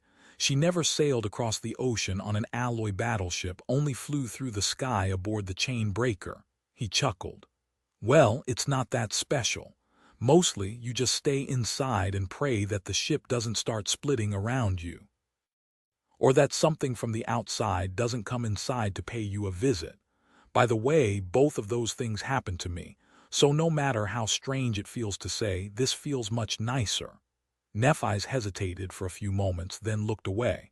Her voice was even when she said, "This is much nicer than the start of my second nightmare, too, because I'm not alone." Sonny looked at her carefully. A strange thought surfaced in his mind. Was she going to say something else? He suddenly felt tense again. A lot of very complicated emotions that Sonny had done his best to avoid for a long, long time reared their heads in his heart. Was she? Luckily, or unfortunately, the azure serpent chose that exact moment to let out a frenzied roar and dive back into the water, sending a huge fountain of it flying into the sky. It seemed that the old snake had been satiated, for now. Full of renewed vigor, the serpent started circling the black turtle once again, raising its head from time to stare at them with deranged eyes. Sonny sighed. "This snake just never gives up, does it?" Nephi silently nodded and then stood up. Illuminated by the light of the seven suns and outlined against the blue sky, her lithe figure was like a painting. "But it really can't overturn the carcass or break the shell. We don't need to keep watching it for now." Sonny raised an eyebrow. "So then, what should we do?" She thought for a while, then glanced at the soft carpet of green moss and the mysterious landscape of the dark island. Eventually, Nephi shrugged. "Whatever we want." Chapter 1253, Parade of Shadows. After resting for a while, Sonny and Nephi separated. She went off to study the memories Sir Gilead had transferred to her. There had not been a lot of time to get a proper feel for them in the nightmare desert. Sonny, meanwhile, remained sitting on the soft moss with a contemplative expression. What to do? First, he closed his eyes and sent the 5 shadows to investigate the dark island. It was somewhere between 1 and 2 kilometers across, so there was not a lot of ground to cover. However, the terrain of the giant shell of black rock was weathered and uneven. There were plenty of cracks and fissures, some of them large and easy to notice, others hidden from view. Some were entirely filled with water. The exploration did not take too long. His shadows did not find anything really interesting. Either there was the weathered rock, the vibrant patches of green moss, and the remains of the creature's battle armor, its silver now tarnished and bleak. Other than that, the dark island was desolate and barren. What made a deep impression on Sonny, though, were the fissures themselves. At first, he had assumed that they were just natural features of the great monster's stone shell. But after some time, with a shiver, he realized that they were not. Instead, each of the deep grooves was a scar left on the Titanic shell of the ancient creature by unknown enemies. None managed to penetrate it, and some were rather shallow, however. Some were dark and frighteningly deep. Considering that even the azure serpent was not able to crack the black turtle's carapace, Sonny dreaded to imagine what kind of creatures had left those claw marks on its back. He looked at the gleaming expanse of the great river with gloom. Suddenly, the enchanting beauty of this dreamlike world seemed like a facade that hid unspeakable horrors behind its alluring veil. Of course, Sonny had known that already, but in that moment he felt it stronger than ever before. Beautiful things are the most dangerous. Glancing in the direction where Nephi's had left, he sighed and stretched his legs. The shadows returned, and then 3 figures rose from them. Onyx Saint, Nightmare, and Ravenous Fiend. He silently studied them for a while, thinking. Saint was stoic and indifferent as always. If he did not know that she was alive, he would have assumed that the graceful and towering figure in front of him was a beautiful statue. Nightmare was staring at the azure serpent, which was circling the island, with dark and malevolent fury burning in his crimson eyes. Imp seemed a little uncomfortable under Sonny's gaze, shifting from foot to foot nervously. Nightmare was the weakest of the 3, but also offered the most utility to Sonny. He didn't necessarily need to use the tenebrous stallion as a battle companion. That said, his steed was very close to unlocking the terror ability and finally realizing its full potential. The next rank was also not far away. Once Nightmare came into his power as a terror and ascended, his power would take a great leap. Sonny had little means of speeding up that process at the moment, though. It was going to happen when it happened, probably before too long.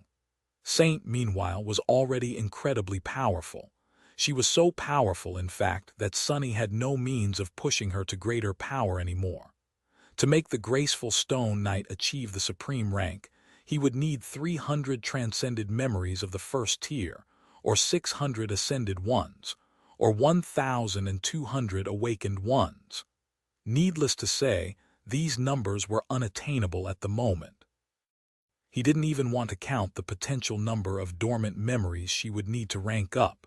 Reaching a higher class, meanwhile, required luck and stumbling on a uniquely suitable enemy it was outside his control. Saint had already classed up twice, but the rest of his shadows, excluding the aberrant soul serpent, had yet to do it even once. That went to show how rare such opportunities were. There was one thing Sonny could do right now, though. Glancing at Saint, he sent Morgan's warbow and the stifled scream her way. The bow was self-explanatory. He was planning to make Saint the sentry for as long as they remained on the dark island. The stifled scream, however, was more tricky. That charm of his had an enchantment called Echoing Silence. Its description read, "When wearing this charm, the physical power of its master is augmented, but only as long as they remain silent.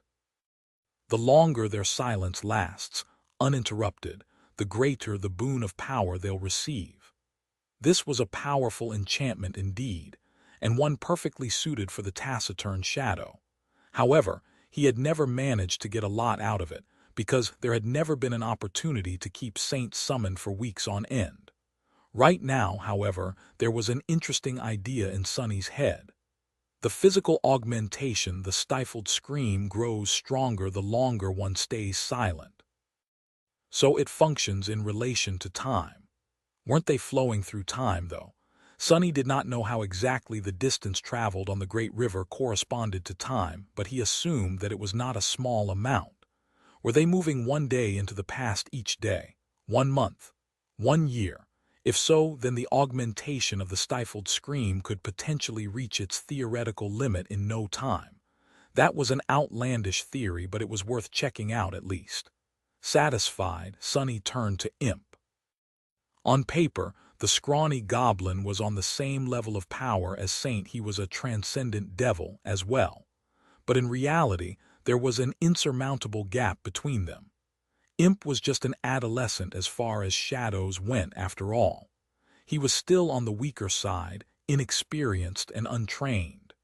His core physical attribute, the lesser steel body, had just recently evolved to the greater steel body. Sonny had thought that it would be extremely hard to locate large quantities of metal of higher quality than the body of Sun Prince. But as it turned out, he was wrong. They were currently on top of the Black Turtle's Titanic corpse, and that corpse was encased in the remains of similarly titanic battle armor. Surely, the armor deserving of a great monster would be made of some truly incredible stuff. Looking at the nervous imp, Sonny grinned and pointed to the nearest jagged chunk of tarnished silver. "Go, buddy, gorge yourself. Bon appetit." The scrawny goblin tentatively turned to look in the direction he was pointing. A few moments later, its eyes dramatically widened. "I bet it's going to be a bit tough to chew, boo." Before Sonny could finish speaking, Imp was already dashing toward the band of ancient silver with a maddened expression. He chuckled. "I guess it smells delicious." Chapter 1254, back to basics with Saint standing guard, Nightmare keeping her company, and Imp happily munching on the tarnished silver of the great monster's battle armor. Sonny was once again left with nothing much to do. The 7 suns were shining in the 3-colored sky. The clear waters of the great river were flowing as they sparkled in the sunlight. The azure serpent was hungrily circling the dark island, ramming it from time to time to make its wrathful madness known. The sin of solace was brooding silently. A gentle breeze was playing with Sonny's hair. With a sigh, he swept it back and rose, planning to go find Nephi's. This is too weird. He had expected many situations to arise at the start of the 3rd nightmare, but one thing he had not expected was being left with nothing urgent to do. Walking across the weathered surface of the black rock, Sonny went around a torn band of dull silver, traversed a few patches of moss, and finally laid his eye on Nephi's. She was training. Holding an unfamiliar longsword, Nephi's was practicing a complicated chain of moves, her silver hair dancing in the air. There were beads of sweat on her face, and the hem of the airy tunic was flaring, revealing smooth porcelain skin. Her movements were limber and flowing, gracefully cascading into each other. The sight of it was beautiful. Neph's swordsmanship was beautiful, and she was beautiful too. Illuminated by the dreamlike radiance of the 7 suns and dancing with a silvery sword on a carpet of green moss, with her white tunic and alabaster skin, she was like a fairy. Sonny found himself standing motionlessly in the shadow of a rock outcropping, watching. He had been planning to call out to Nephi's, but now, forgetting about it, he silently remained where he was. Some time passed. Sonny wasn't sure how much exactly. The island trembled once more. Eventually, he shifted slightly, as though escaping a reverie, and took a step forward to escape the shadows. "Hey!" Nephi stopped and leaned on her sword, breathing heavily. Her chest was rising and falling, and her face was slightly flushed. Walking over, Sonny summoned the endless spring and offered it to her with a friendly smile. Accepting the beautiful glass bottle, she sat down and wiped the sweat off her face, then threw her head back and drank greedily. Sonny glanced at her slender neck and the beads of sweat glistening above the collar of her tunic, which was slightly damp and sticking a little to her body. Then he looked away. "Thank you." After drinking her fill, Nephi's returned the endless spring to Sonny. He hesitated for a moment, then drank some of the cool, refreshing water himself and sat down near her. He had completely forgotten what he was going to say. After a moment or two of peaceful silence, Sonny finally remembered. "I've been thinking.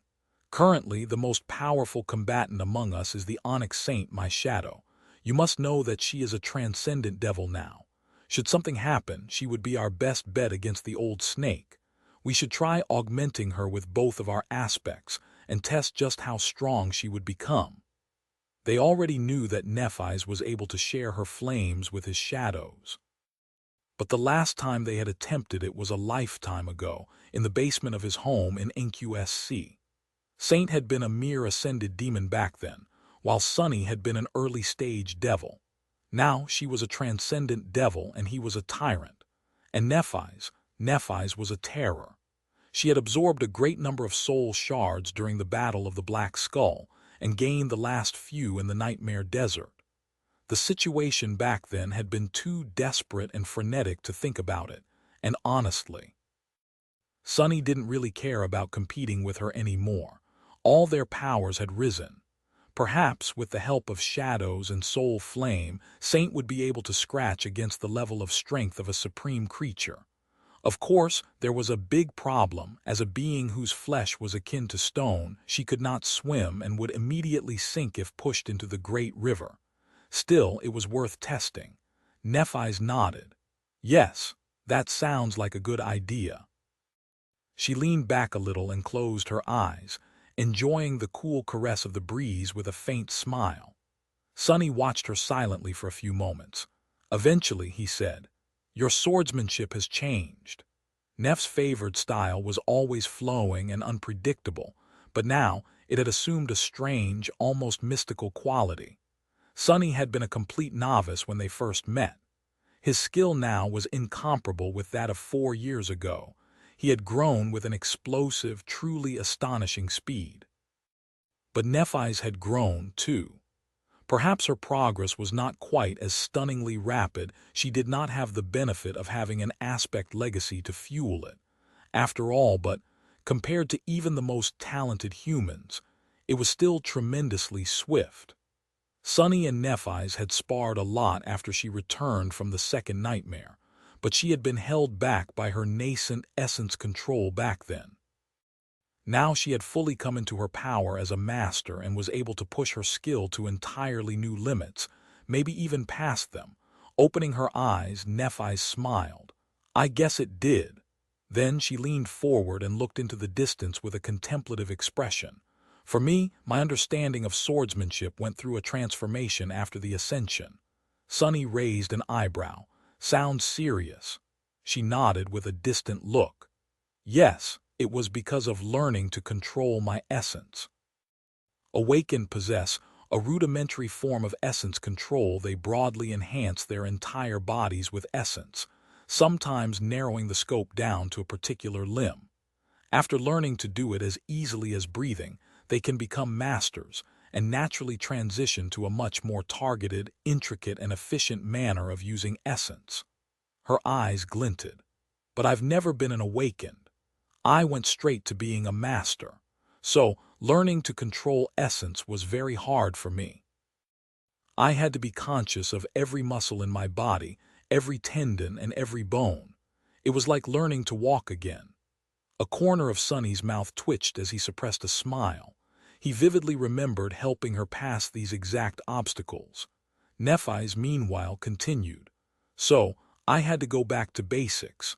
Which groups of muscles do I need to enhance to perform the cut in the most efficient and effective way?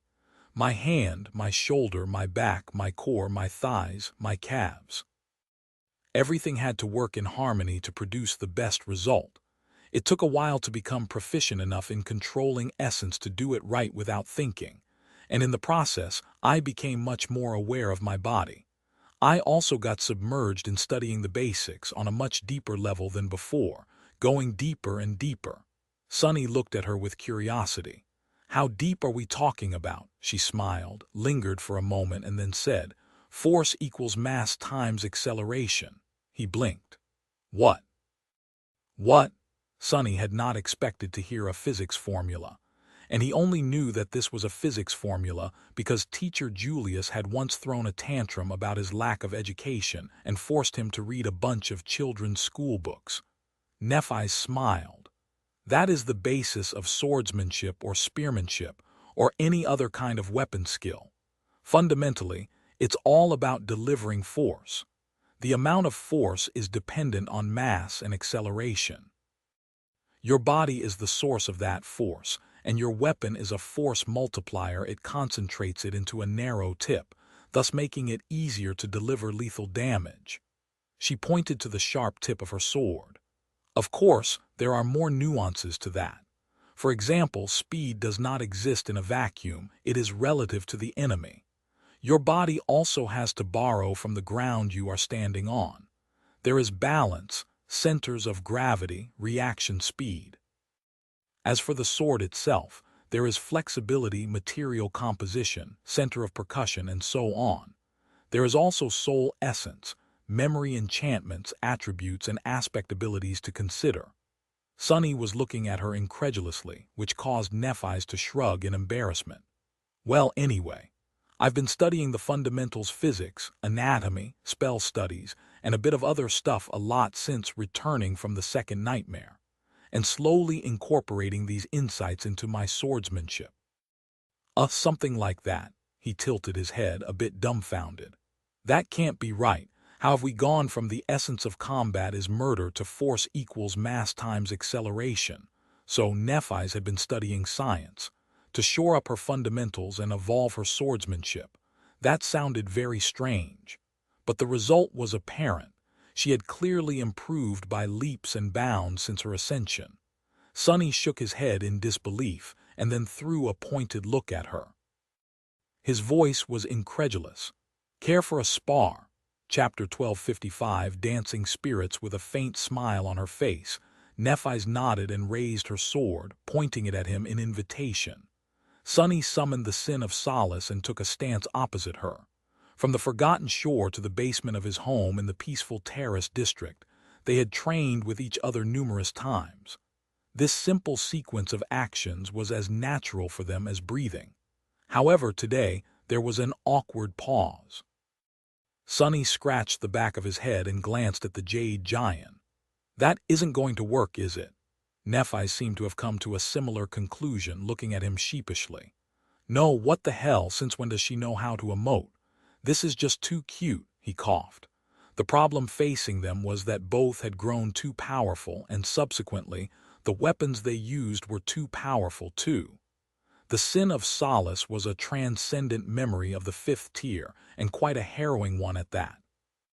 Sunny was not entirely sure what the level of Neph's longsword was, but it had to be quite a menacing weapon, as well, considering that it had come from the soul arsenal of a saint. It would be already bad enough if the sin of solace damaged or destroyed it. But what if Sunny was not careful enough and scratched Nephi's in the process? The curse of madness carried by the jade blade would either crush her mental defenses, or at least put debilitating pressure on her mind for a period of time. Standing some distance away, the spirit of the giant smiled. No, number, don't worry, I'll be gentle. However, that smile of his was more than a little bit sinister. Sunny frowned, then dismissed the jade sword and got lost in thought for a few moments. Eventually, a smile of delight appeared on his lips. Let's do this. The shadows around them suddenly moved and flowed toward him, then slowly formed into two inky black swords. One of them was a fearsome odachi, while the other was an elegant longsword. The odachi was easy to create. This was one of the shapes Sunny had practiced relentlessly after all. The longsword was a little bit tricky, since he had never created one before. Nevertheless, he was familiar with it as well, and so managed to produce a passable one with some effort. One would think that manifesting shadows into a weapon would be easier than shaping them into articulated hands, since weapons were static by nature. However, in reality, shaping a sword was just as complex of a task. A good sword had to possess certain characteristics to feel right in the hand: weight, balance, flexibility, and rigidity, center of percussion that Neph had recently mentioned, and so on. It was especially daunting with something like the odachi, which possessed a rigid edge and a flexible spine. To improve in that regard, Sunny had even studied a bit of blacksmithing on the network. Back then, clan valor had been preventing him from visiting the dream realm, so he had a lot of free time. There were many levels to shadow manifestation, and shaping was only the most basic of them. Sunny could also affect the material composition of the manifested shadows, although that demanded a higher essence expenditure. He could manipulate the density of the shadows, for example. He could make them feel like steel or porous limestone. With some effort, he could even make them slippery or adhesive. In the past, all these internal transformations had been very difficult to achieve, but after inventing shadow incarnation, Sunny made a breakthrough in his mastery of shadow manifestation as well. Now it was much easier. All that was to say, when Nephi's dismissed her longsword and curiously took the shadow weapon from his hand, he secretly held his breath. She weighed the black longsword, then swung it a few times to test how it felt. Then she nodded in satisfaction. That works. Sunny suppressed a proud smile and raised his odachi. Let's begin, then. Ah, that feeling, he missed it. The sin of solace was a piece of art in the form of a giant, but Sunny's heart still lay with blades like this one. Maybe because it was what he had learned swordsmanship with, wielding Midnight Shard on the Forgotten Shore. Not to mention all the fun times he had had as mongrel in the dreamscape.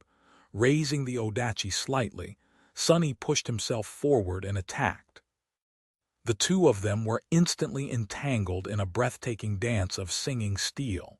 Their swift figures blurred, and soon, nothing but a dark shape and a light shape could be seen, moving across the green moss as they weaved and circled around each other. It was as though two spirits were dancing under the bright light of the radiant suns. She really has improved. Neff's swordsmanship felt different.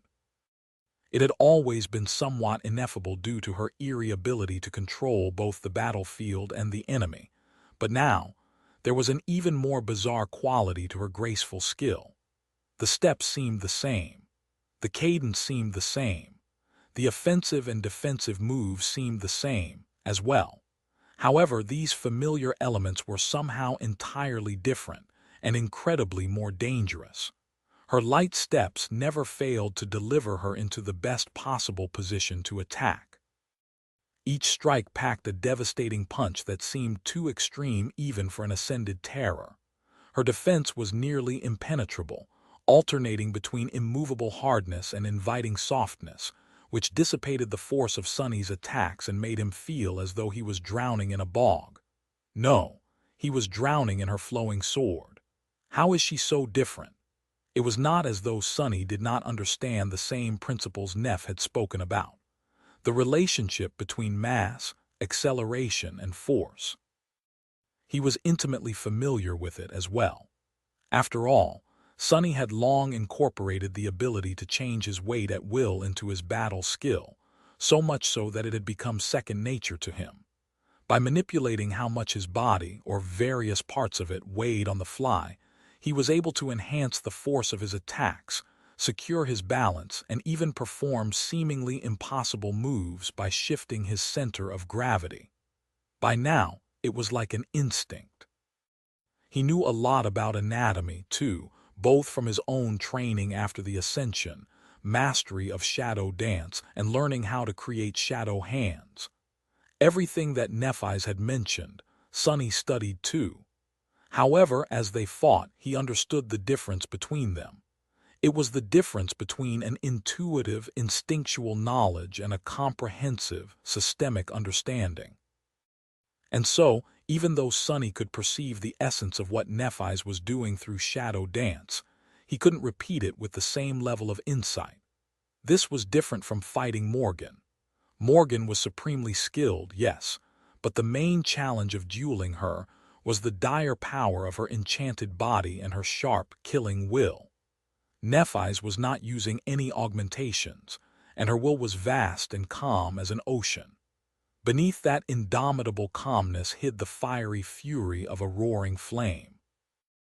It was pure technique, pure insight, pure mastery, pure passion. Sunny frowned, feeling that he too was starting to sweat. Nephi's was strong, but he was strong too. Among human swordsmen, he was perhaps one of the strongest.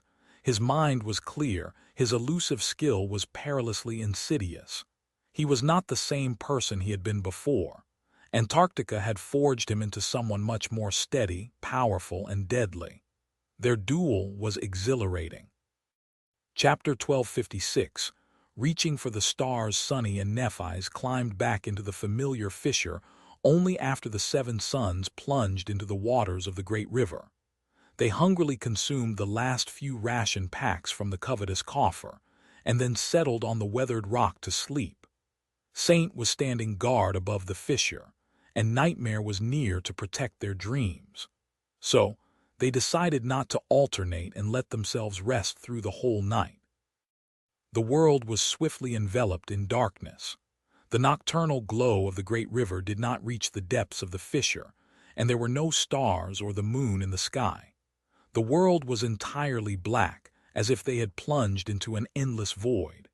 Listening to the soft sounds of Neff's breath, Sonny let the sense of fatigue overwhelm him. He was tired. However, it was not the cruel, chilling exhaustion he had suffered often in the past months. Instead, this fatigue was of a satisfying and pleasurable kind. Something he had not felt in a while. Sonny had learned a lot during their training today.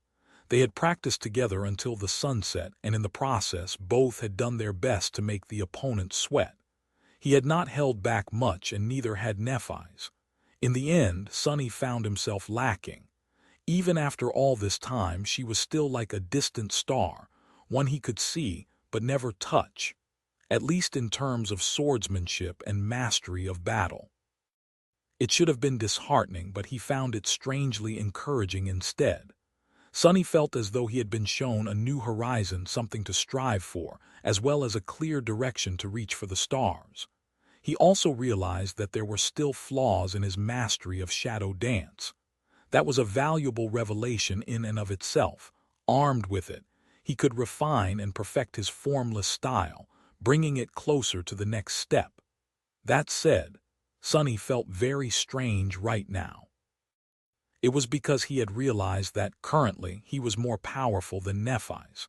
Yes, she was a better fighter than him. However, Sonny had so many tools at his disposal. He also had two transcendent devils and an awakened terror on his side. If the two of them were to battle seriously, he wasn't entirely sure who would be left standing at the end, but he knew that his odds were much higher than hers. It was a vast, tumultuous, and deeply unsettling emotion. What surprised him the most, however, was how weak of a reaction it aroused in him. There had been a time when becoming more powerful than Nephi's was all he ever thought about. But now, he felt almost indifferent. It was what it was. There was no point in racing to the finish line anyway. That line would not change. It did not matter which one of them became a terror first, because sooner or later both of them would end up as titans. It did not matter that Sonny was ahead for the first time. Her ascended ability was not of a kind that added to one's power. That was all. They were in the same boat, anyway. Perhaps he could allow himself to feel that way because he was more secure about the shadow bond and the power she held over him. Nephi's had proven that she had no intention of ever using it, and he had grown more confident in his ability to make one or both of them die, even if she did. How romantic, he sighed, feeling calm and cozy in the darkness that enveloped them. After a while, Sonny asked, "Hey, Neph, are you asleep yet?" There were few moments of silence before she answered, "No." Hidden in the darkness, he grinned. "How is the sleeping bag? Is it warm?" There had been only 2 sleeping bags in the covetous coffer, one that Sonny used in the wilderness and a spare one. Sadly, he had ripped through one of them when the azure serpent first made the dark island quake, so now there was only one. Sonny had chosen to sleep on the weathered rock, relying on the unique qualities of the marble shell to keep him comfortable. Luckily, the great river seemed to have a mild climate, so he was not particularly cold. The fissure protected them from the wind as well, so he had no problem letting Nephi's use the only remaining sleeping bag. However, that didn't mean that he wouldn't tease her about it. A calm answer came from the darkness. "Yes, I am warm. It is of high quality." As the grin froze on Sonny's face, he sighed. "She's really too thick to be teased." "Damn." A few moments later, Neph asked, "Oh, do you want me to hand it over? It is your sleeping bag. It would only be right for the owner to use it." Sonny flinched. No, keep it. That's not what I wanted at all." "Gods, she's hopeless." There was a long pause. Then Neff's voice came from the darkness again. "Ah, I see. You want to use it together." Hearing that, Sonny's entire body shuddered. What? No, that's not what I meant at all. Who do you take me for? I was just teasing you. Suddenly, he heard a soft chuckle. Turning his head, Sonny saw Neff covering her mouth with a hand. She was suppressing a laugh. His eyes widened. Wait, a reverse tease. I've been played. His heart ached. How embarrassing. He stared at Nephis incredulously for a few moments, then laid down and looked back at the jagged line of the distant black sky. A moment or two later, he suddenly laughed too. This is just too ridiculous. Nephis lowered her hand, then asked in an amused tone, What is? Sonny shrugged.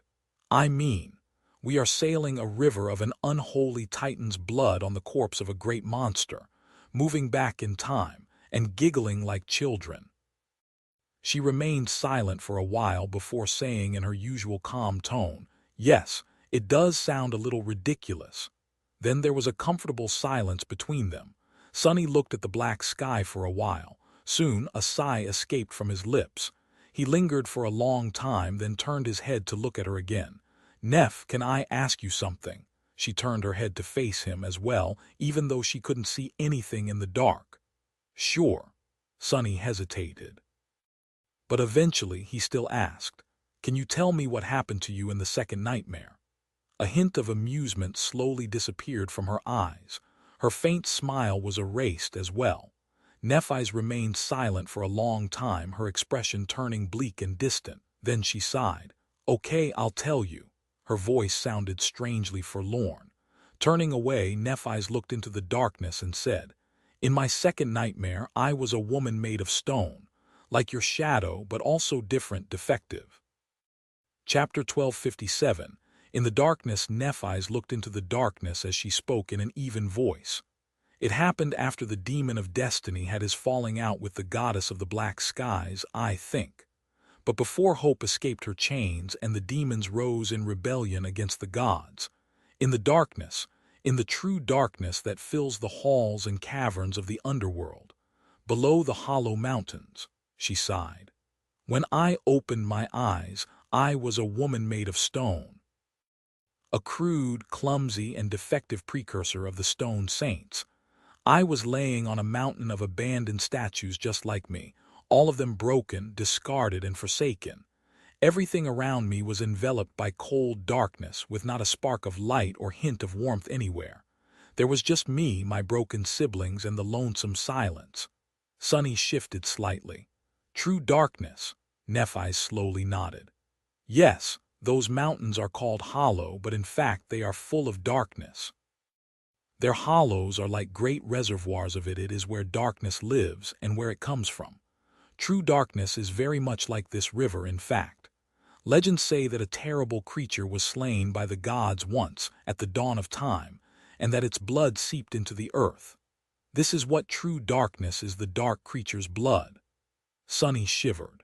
That dark creature, to be the source of all true darkness, of the entire element of darkness, it had to be something far greater than an unholy titan. It must have been one of the unknown then. A being of the void, ignorant of what he was thinking about, Nephis continued after a short pause. The hollow mountains are a scar left by the death of that creature, and so most of true darkness remains below them. This is the place that Nether made his home. However, it was not entirely empty. While he ruled the underworld, there were many others living in the darkness. She lingered for a moment. There were some who followed Nether, the remains of the army he had led to wage war on Storm God. They lived in the great hollows within the peaks. There were also his children, the stone saints, who lived below the mountains in the heart of the underworld. And there were also creatures who lived even lower, near the very bottom of the dark abyss. That is where the pile of discarded statues was. Sonny frowned. Wait, Nether waged war on Storm God, on his own before the rebellion. A pale smile appeared on Neff's face. Yes, it was his own private affair. I don't know the details of his relationship with Storm God or why it ended in resentment, but he must have taken it to heart, enough so that he assembled an army and stormed the divine realm. Of course, he lost. Most of his army was decimated, and he secluded himself in the underworld, becoming its ruler and losing himself in the obsession of trying to create the stone saints. She paused for a moment.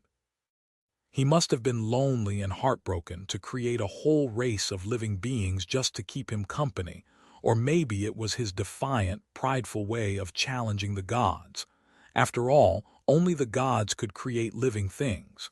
Despite that, somehow Nether succeeded, but he failed many times before achieving success. Nephi's grew silent for a moment and then said, "I was one of these failures." A quiet sigh escaped from her lips. There were many creatures in the darkness at the roots of the underworld, all of them abandoned and discarded just like me. Some of them were the results of Nether's failed attempts to create the stone saints. Some of them were outcasts and derelicts for whom there was no place in the world above anymore. All of them were pitiful and weak, and I was the weakest of them all. Nephi stared silently into the darkness for a while. The expression on her face was sad and remorseful. Eventually, she spoke softly. "I was just a sleeper after all. Even with the echo I gained in the nightmare desert, out there in the darkness, my strength was pitiful. It was such a blow. I never realized how much pride I took in being strong before that nightmare. I had always relied on my strength. I had always told myself that I had to be strong. If only I was strong like my father, if only I was stronger, the strongest, then I wouldn't break apart. And the people around me wouldn't need to suffer on my behalf either." Sunny remained silent, remembering Neph's nightmare that he had visited after she returned to the waking world. He also thought about his own desperate pursuit of strength. Nephi smiled. "But in the nightmare, all my strength was worthless. All my pride was worthless too. All I had was weakness, and so I had to learn that personal power was not something I should rely on or could rely on. It had always seemed so important, but in the end it turned out to be a deceitful mirage." A slight frown appeared on her face. "You see, there were not only the outcasts and discarded creatures like me in the darkness at the roots of the underworld.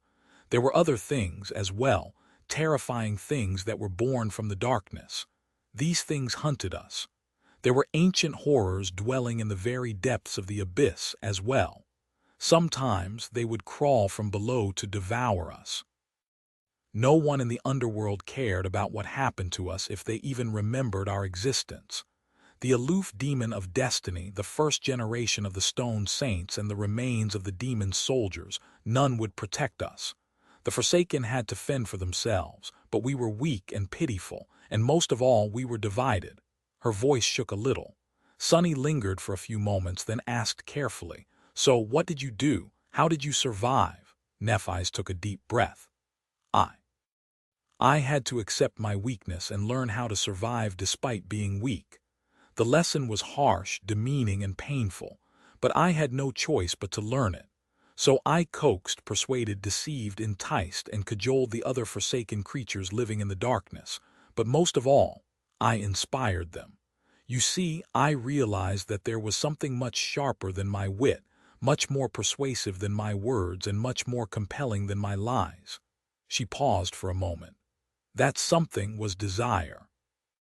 Chapter 1258, Last Light Hidden in the Darkness. Sunny flinched. The image of the piece of wet wood littered with demented runes suddenly appeared in his mind, as did the word repeating in the runes over and over again. Wish, desire. Be careful of what you wish for. Be careful what you desire. He frowned while Nephi's continued somberly. All I had to do was instill a desire in the Forsaken. A desire for a better life, longer life, safer life. A yearning for things that they had either never known or long forgotten: comfort, companionship, warmth. I had to give them hope, because we couldn't survive alone, but we could survive together. Most of these creatures were solitary and numb, resigned to their dark existence. The weight of their hopelessness and despair was too great for me to pull them from it. But by igniting a yearning in their hearts, I could make them push themselves forward with their own strength.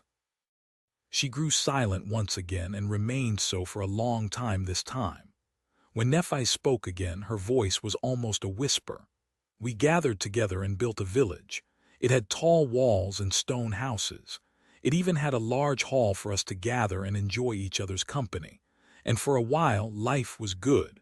United, we could protect ourselves from the creatures of darkness and hide from the abyssal visitors behind the tall walls. I thought that I was on the right track. There were old creatures in the village that taught me their knowledge and wisdom. There were those who had been warriors once. I learned from them as well. I was the weakest one, but I was liked and valued, because I could create light which all of them had forgotten. White sparks ignited in her eyes before trembling and disappearing. Neph's face grew motionless. But then someone in the village vanished, and then someone else. At first I thought that they had left, but after the third one was gone, the fourth, the fifth. We all realized that something was wrong. They didn't leave, they were taken. After that, every night what served as night in the underworld, someone would disappear. We were under attack. She paused. We tried everything in our power to find and confront the creature that was killing the villagers. We enhanced our defenses, increased our vigilance. We investigated, we explored the surrounding darkness for clues. We set traps, carved sorcerous runes into the stone, and placed lures. We even sent an envoy to plead for help from the children of Nether, but nothing worked. Neph's voice was growing dull. No help came. Nothing we did managed to stop the disappearances. In fact, it only grew worse. At first, the Forsaken were just vanishing, but later, their mutilated corpses started to appear around the village, strewn on stalagmites for us to see, as though the creature was leaving them there to mock us. It was then that I understood that I had not created a safe haven for us and instead simply set the table for the creature of darkness. Her face was motionless and her voice was even. However, Sunny could feel how fragile that mask was at the moment. Neph took a deep breath. Eventually, everything collapsed. Those who were still alive cursed me and abandoned the village. They tried to. They didn't make it far. There were only 2 of us left inside the empty walls, myself and another one of the broken statues. The first one who had become my companion and followed me almost from the very start. We locked ourselves inside the village hall, not knowing what else to do, and barricaded the doors. However, the creature still came. I didn't see it enter, but I could feel that the darkness around us was suddenly alive. Sunny looked at her carefully. So, how did you defeat it? Nephi slowly shook her head. I did not. I had thought about giving one last, desperate fight. But as soon as I sensed it, I knew that there was no hope. That thing, it wasn't something I could fight. So I spoke to it. I tried to appease it. I tried to persuade it. I even knelt and begged it. I tried everything I could, and I could feel it watching me, listening to me, surrounding me. For a while there was silence.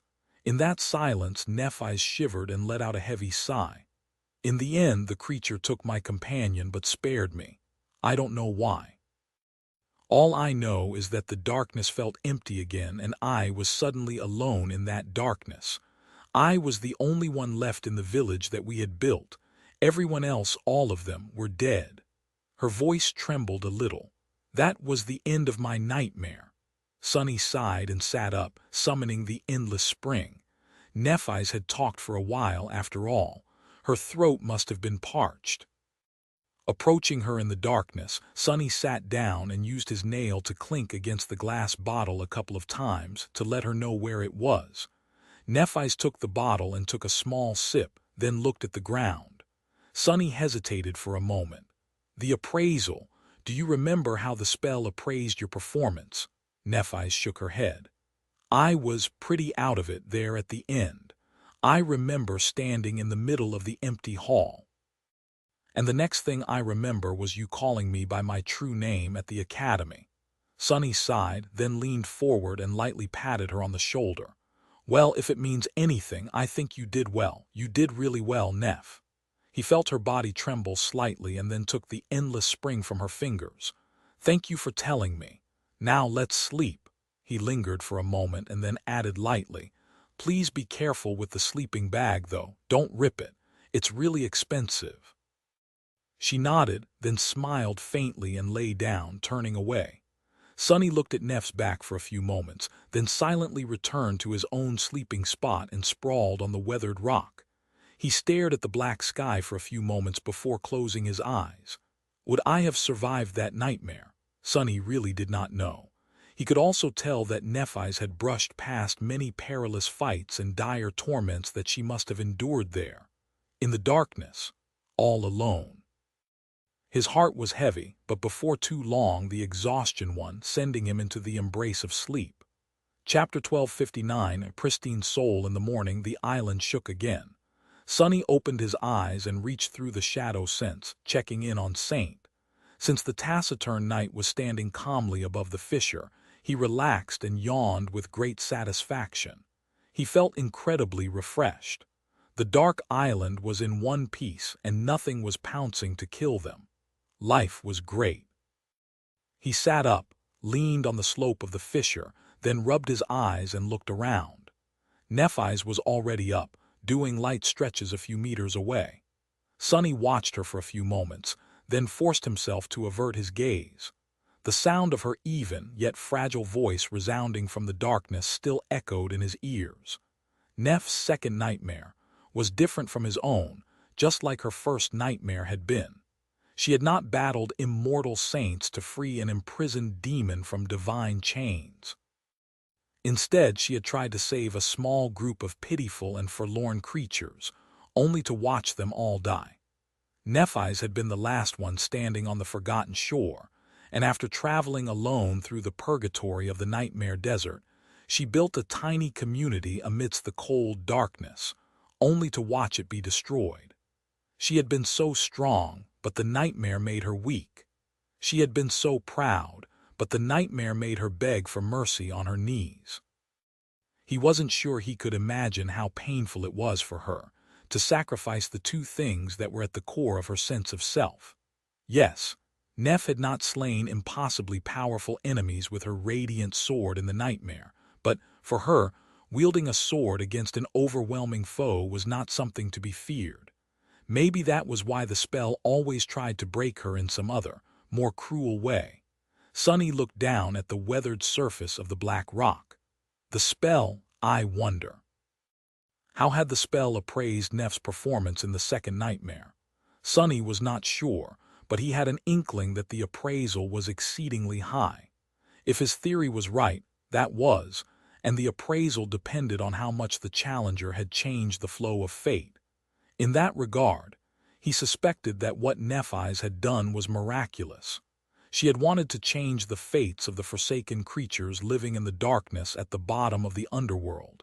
In that task, she failed. However, she had succeeded in changing something else. She changed the harrowing creature that had come from the darkness.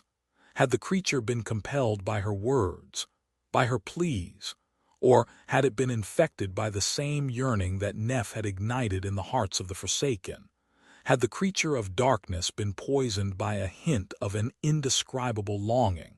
Had it learned to long for light? If the heart of an abyssal being powerful enough to be a horror in the underworld had been changed, even ever so slightly, then Sonny could not really imagine what ripples that change could cause in the great tapestry of fate. So, the spell could have appraised Neff's performance as glorious. But that was not important, because Nephi's herself did not see it that way. The spell and its carriers had different criteria for success, after all. The spell might be satisfied with Neff's performance, but Neph obviously saw it as a bitter, irredeemable failure. The tone of her voice yesterday had said it all. Continuing to stare at the ground, Sonny sighed. After returning to the waking world, Nephi seemed much more mellow than before, but her resolve to kill the sovereigns and destroy the spell also seemed much more stalwart than before. Now that he knew the truth, many things about her past words and actions made sense. Gods! Just what am I going to do with her? Sonny glanced at Nephi's, who was oblivious to his thoughts, with a complicated expression. There was one more thing he had to consider. The description of Neff's aspect, light bringer, You are a creature of light that was banished and doomed to exist in the darkness. You bring radiance and warmth to wherever you go, but with it comes indescribable longing. Wasn't it very similar to the trial the spell had presented her with in the second nightmare? The ascended ability she had unlocked as a result was called longing, too. Longing, yearning, desire. Wish was the inexhaustible longing to destroy the spell that burned like fire in Neff's heart, so powerful that it made her soul incorruptible. He had pondered about this ability of hers before, but now Sonny saw it in a new light. It had seemed like a rather useless power to have, outside of very rare circumstances like facing the Skinwalker. However, if that ability made Nephi's immune to the corruption, then wasn't it actually the most broken and unbelievably preposterous ability he had ever heard about? After all, even Weaver had to sever their arm when it got infected with the corruption. Not only was the great and terrible demon of fate not immune to corruption, he or she was even powerless in front of it. Just what was Nephi's exactly? And more importantly, what was she to him? The subject of his thoughts, meanwhile, finished her stretching exercises, pulled the fastened strap of her white tunic back to her pale shoulder, and looked around. Nephi smiled. "You're up," Sonny smiled back. "Yeah, how are you feeling?" It seemed as though she had recovered from opening the old wounds to tell him about her second nightmare yesterday. However, a moment later, Neff's smiling face darkened a little. She sighed. "I wanted to make breakfast, but we have no food left." Sonny tilted his head, then looked down. They were literally sitting on a mountain of meat, but with the azure serpent circling the carcass of the black turtle, diving into the river to procure even a little bit of it was an utterly lethal task. He shook his head with resignation. "We'll solve that problem when the time comes." Nephi's nodded, lingered for a moment, then pointed to the sleeping bag. "See, I didn't rip it." Sonny stared at her, trying to determine whether she was being serious or playing a joke on him. These days, it was getting hard to tell. Which bastard is being such a bad influence on my straight-laced and awkward Neff? I'm going to bash their teeth in. He remained silent for a few moments, then grinned. "Good, because, you still owe me for that projector." Chapter 1260. Leisure cruise time flowed lazily, both literally and figuratively. The current of the great river was pulling the corpse of the black turtle into the past, and several days passed in a strange but pleasant idleness. The 7 suns rose and fell, drowning in the shimmering waters. The sky was like a dreamlike painting of lilac, azure, crimson, and jet black. The ancient serpent continued to circle the dark island, slowly consuming the bleeding meat of the great monster it had killed, and watching Sonny and Nephi's enjoy their unexpected respite. The two of them were spending their time leisurely, feeling the need to rest and recuperate after the nightmarish gauntlet of the White Desert. They were not in a hurry to strain themselves too much. They slept peacefully through the nights, rising when warm sunlight flowed into the narrow fissure, and spent most of the days together. Sometimes they would lay on the soft moss side by side and look at the sky in comfortable silence. Sometimes they would train, sparring with each other until sweat covered their bodies. Sometimes they would talk, discussing their experiences in the past year and various pieces of knowledge they had picked up along the way. They also spent some time apart. Nephi's was busy practicing her swordsmanship, often requesting Saint to aid her as a training partner. After sending her and his shadow off, Sonny would get busy with his own endeavors. He spent a lot of time studying the strange and hauntingly complex weave of the key of the estuary. This memory was a great mystery that had to be solved. Even after showing it to Nephi's, Sonny had not a single inkling of what it was supposed to do and where it had come from. So he settled for the slow approach of meticulously examining each and every thread of its somber tapestry. Depending on luck, this task could take him many months to complete, but there was no harm in starting early. Once his head started to ache from studying the black weave, Sonny would sit silently near the slopes of the island and watch the azure serpent prowl. He would close his eyes and sense the great beast's shadow. He would try to memorize its every scale, scar, and movement. Even though their situation was peaceful right now, he knew that the peace would not last indefinitely. The chances were that they would have to battle the abomination eventually. And so, Sonny wanted to glean its essence and commit it to his memory. Training his swordsmanship with Nephis, studying the estuary key, observing the azure serpent, and resting idly, these were the things that filled his days. Of course, other things were happening on the dark island as well. Imp was still busy devouring the bands of tarnished silver that encased the black turtle's body. His progress was slow, but the gluttonous goblin seemed beyond himself with delight. His scrawny figure could often be seen sprawled on the black rocks, utterly engorged. The sin of solace was still there, following Sonny like a jaded wraith. Its litany of snide comments and contemptuous remarks never lessened, slowly driving him mad. Sonny endured as best as he could, and luckily the spirit of the cursed sword was not nearly as talkative as it had been before. Nevertheless, the apparition put him in many awkward situations with Nephis. Nightmare was slowly subjugating new dreams into his unseen army. Almost every night, the counter of the dream curse would go up by at least 1 or 2. The source of these defeated nightmares were, of course, Sonny and Nephis. It seemed that their minds were still haunted by the events of the past. Or maybe it was just the nature of the tomb of Ariel. Despite its breathtaking facade, it was a land worthy of its architect, a land of dread. It was also as desolate and empty as it was beautiful. Every day, Sonny and Nephis would study the northern horizon, hoping to see the signs of land or anything at all far in the distance. But each time, all that met them was an endless expanse of flowing water. Their hunger slowly grew. Although masters were much more resilient than mundane humans, they were still the same. They needed sustenance to survive, just like any human would. Their bodies were still strong, but they would start to wither before too long.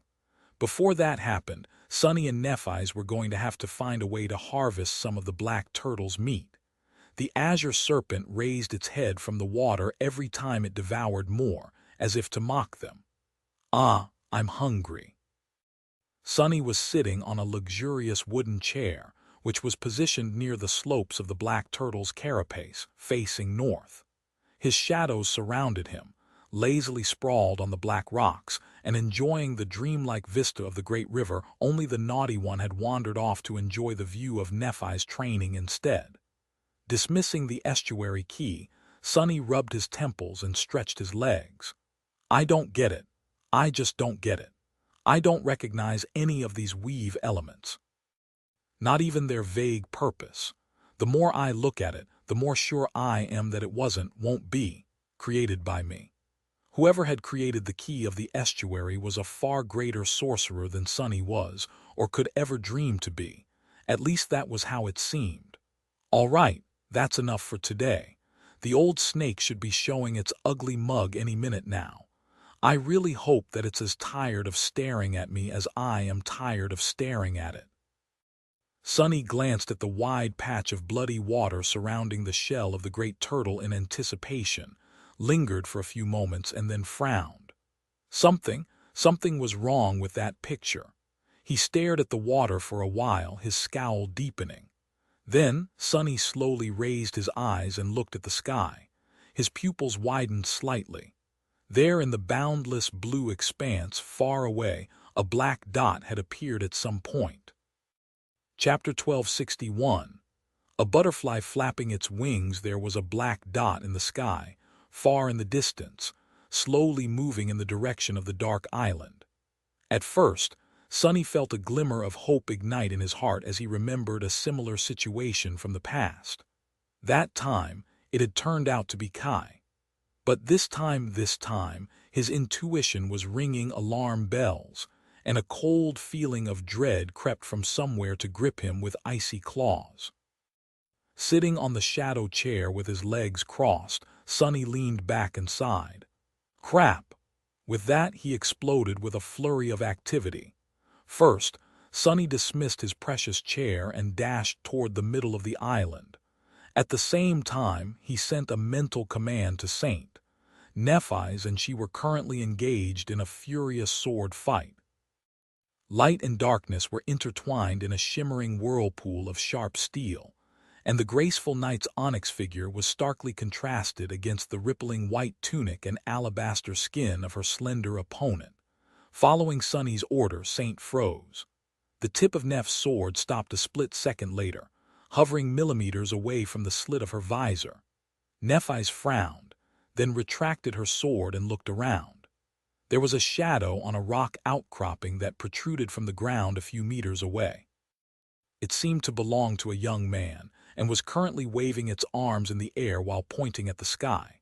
She swiftly turned around and looked up, then dashed away a moment later. That's done. Running as fast as he could, Sonny leaped over a murky puddle of water and landed near a half-eaten fragment of tarnished silver. The scrawny figure of Imp could be seen nearby, laying on the ground with a blissful smile on his fiendish face. His hands were rubbing his ballooning belly with delight. Stand up, buddy. The gluttonous goblin opened his eyes and stared at Sonny in confusion, then awkwardly tried to rise to his feet. However, outweighed by his full stomach, Imp lost his balance and promptly plopped back down. We don't have time for this. Sonny leaned down, grabbed the weakly struggling fiend and hoisted him on his shoulder. What the hell, just how much had the little bastard swallowed up? Even with the strength of an ascended tyrant, Sonny was struggling to carry Imp. His veins swelled, and a befuddled expression appeared on his face. Commanding the shadows to wrap themselves around his body, he grunted and continued to run. A dozen seconds later, Sonny reached the edge of the familiar fissure and unceremoniously tossed the little fiend down. Then, he threw one more look at the sky, and noticing that the black dot had already drawn nearer, jumped into the deep ravine himself. Before too long, Nephi's and he were side by side, pressing themselves into the weathered slope of the fissure as they desperately tried to calm down their breathing. Saint and Fiend were nearby, the former standing calmly, the latter hugging Sonny's thigh. Nightmare was there as well, hiding within the deep darkness enveloping the bottom of the gorge in his shadow form. Lastly, a beautiful amphora of white clay was standing on the ground in front of them, its surface decorated with mesmerizing patterns. It was another one of the memories Summer Night had given to Nephi's, and its purpose was to mask their presence. Gods only knew if the amphora was going to work or not. Out of Sonny's 5 shadows, one had to volunteer to leave its area of effect and serve as a scout, though. Well, perhaps volunteer was the wrong word. Since the gloomy shadow had performed a few dangerous tasks recently, and the happy fool was not someone Sonny would ever entrust an important matter to, the next in seniority had to go. So, the creepy guy was currently hiding a few meters away from the edge of the fissure, staring creepily at the sky. The sin of solace was keeping it company with a bored expression on his face. The sparks swirling around Sonny's hand formed into an emerald flute, and he covered them with a dome of silence. Then he let out a shaky breath. I see it. Nephi's looked at him intently, then asked in a low voice, "What is it?" Sonny lingered for a few moments. Slowly his expression turned grim. "It's a butterfly." Indeed, a butterfly was descending toward the island. From afar it seemed like an ethereal and beautiful creature, but as it drew closer, Sonny couldn't help but shiver. The butterfly's wings and back were black, but its body and underbelly were the color of white bone. It had 6 long, seemingly fragile legs that ended in sharp points, and 2 enormous, faceted eyes that were like orbs of pure darkness. Between them was a disturbingly long, oily black beak, which was currently bent into a spiral like an elephant's trunk. 2 antennae rose from its head, pushed back by the current of the wind. Apart from that, the butterfly was at least 100 meters in size. It was both exquisitely beautiful and deeply revolting, but most of all it was deeply frightening. Sonny gritted his teeth. It's another great monster. His heart was beating rapidly in his chest, and his back was covered with cold sweat. Great. This is just great, great, ha, it literally is. By his side, Nephi scowled. What about? The monstrous butterfly was obviously intending to land on the island, but at that moment the crimson water parted, and the azure serpent's scaled snout rose into the air. Pierced by a mad gaze of its cloudy eyes, the great monster suddenly seemed wary. It moved its wings and altered the direction of its flight, circling the corpse of the black turtle from above instead of diving down to land on the black rock. The butterfly's huge eyes were aimed at the ancient serpent, and its antennae twitched rhythmically. The great beast of the river bared its bloodied fangs and let out a furious roar, as if announcing its claim of the remains of the Titanic turtle. This demented old snake! Did the serpent not want to live? Why was it going around challenging great monsters? Am I really such a delicacy? Sonny did not know what the giant butterfly was thinking, but one thing was certain. It did not like that serpent's challenge. It did not like it at all. Chapter 1262, A Shrimp Between Two Whales. Sonny described what was happening in a hushed voice. He didn't really need to whisper, considering that they were surrounded by a dome of silence, but it made him feel better. And what was happening appeared pretty clear. The monstrous butterfly had been attracted by the smell of blood and arrived to feast on the corpse of the black turtle that the azure serpent had so laboriously killed. The azure serpent, meanwhile, was having none of it. In fact, judging by the madness burning in its eyes, the great beast was overcome with the bloody desire to rip the giant butterfly apart as well. This thing really doesn't know what's good for it, huh? What was the reason for the azure serpent's reckless insolence? Humans often described nightmare creatures as mad, but that description was not entirely accurate.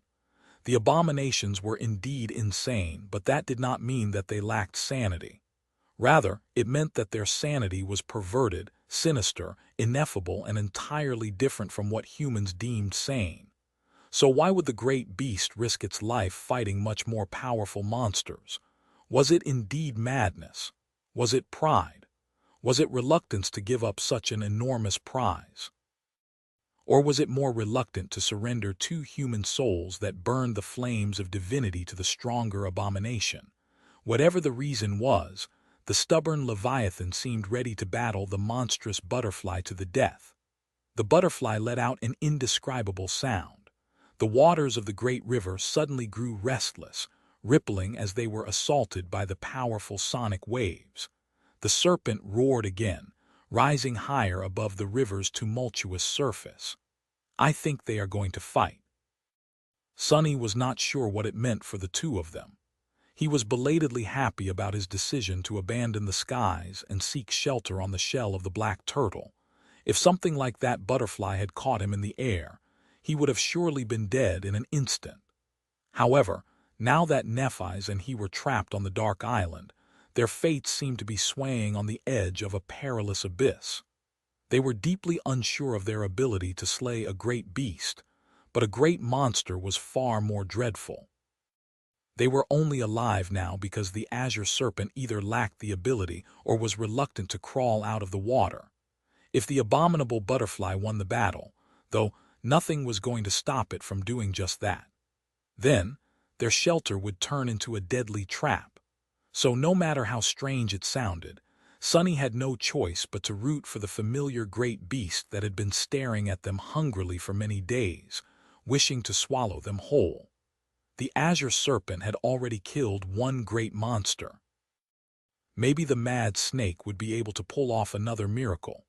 Finally coming to a decision, the butterfly waved its wings and plummeted down, landing on the shell of the black turtle a moment later. The entire island shook from the devastating force of the impact. The creepy shadow remained motionless as it looked up at the six incredibly thin and long legs of the monster. The pale body of the butterfly was high above the ground, and its wings were open, covering a vast area in deep darkness. Now that it was closer, Sunny could see that it was covered in thick scales, with white hairs growing between them. There was a complicated pattern on the creature's wings as well, coalescing into a strange image. An image of Sunny hurriedly commanded the shadow to look away as a strange certainty that he should never, ever try to look directly at the pattern covering the butterfly's wings flooded his mind. Damnation! Sunny, what is happening? He sucked in a shaky breath. They're just staring at each other. The butterfly shifted slightly, the sharp tips of its chitinous legs striking sparks from the black rock.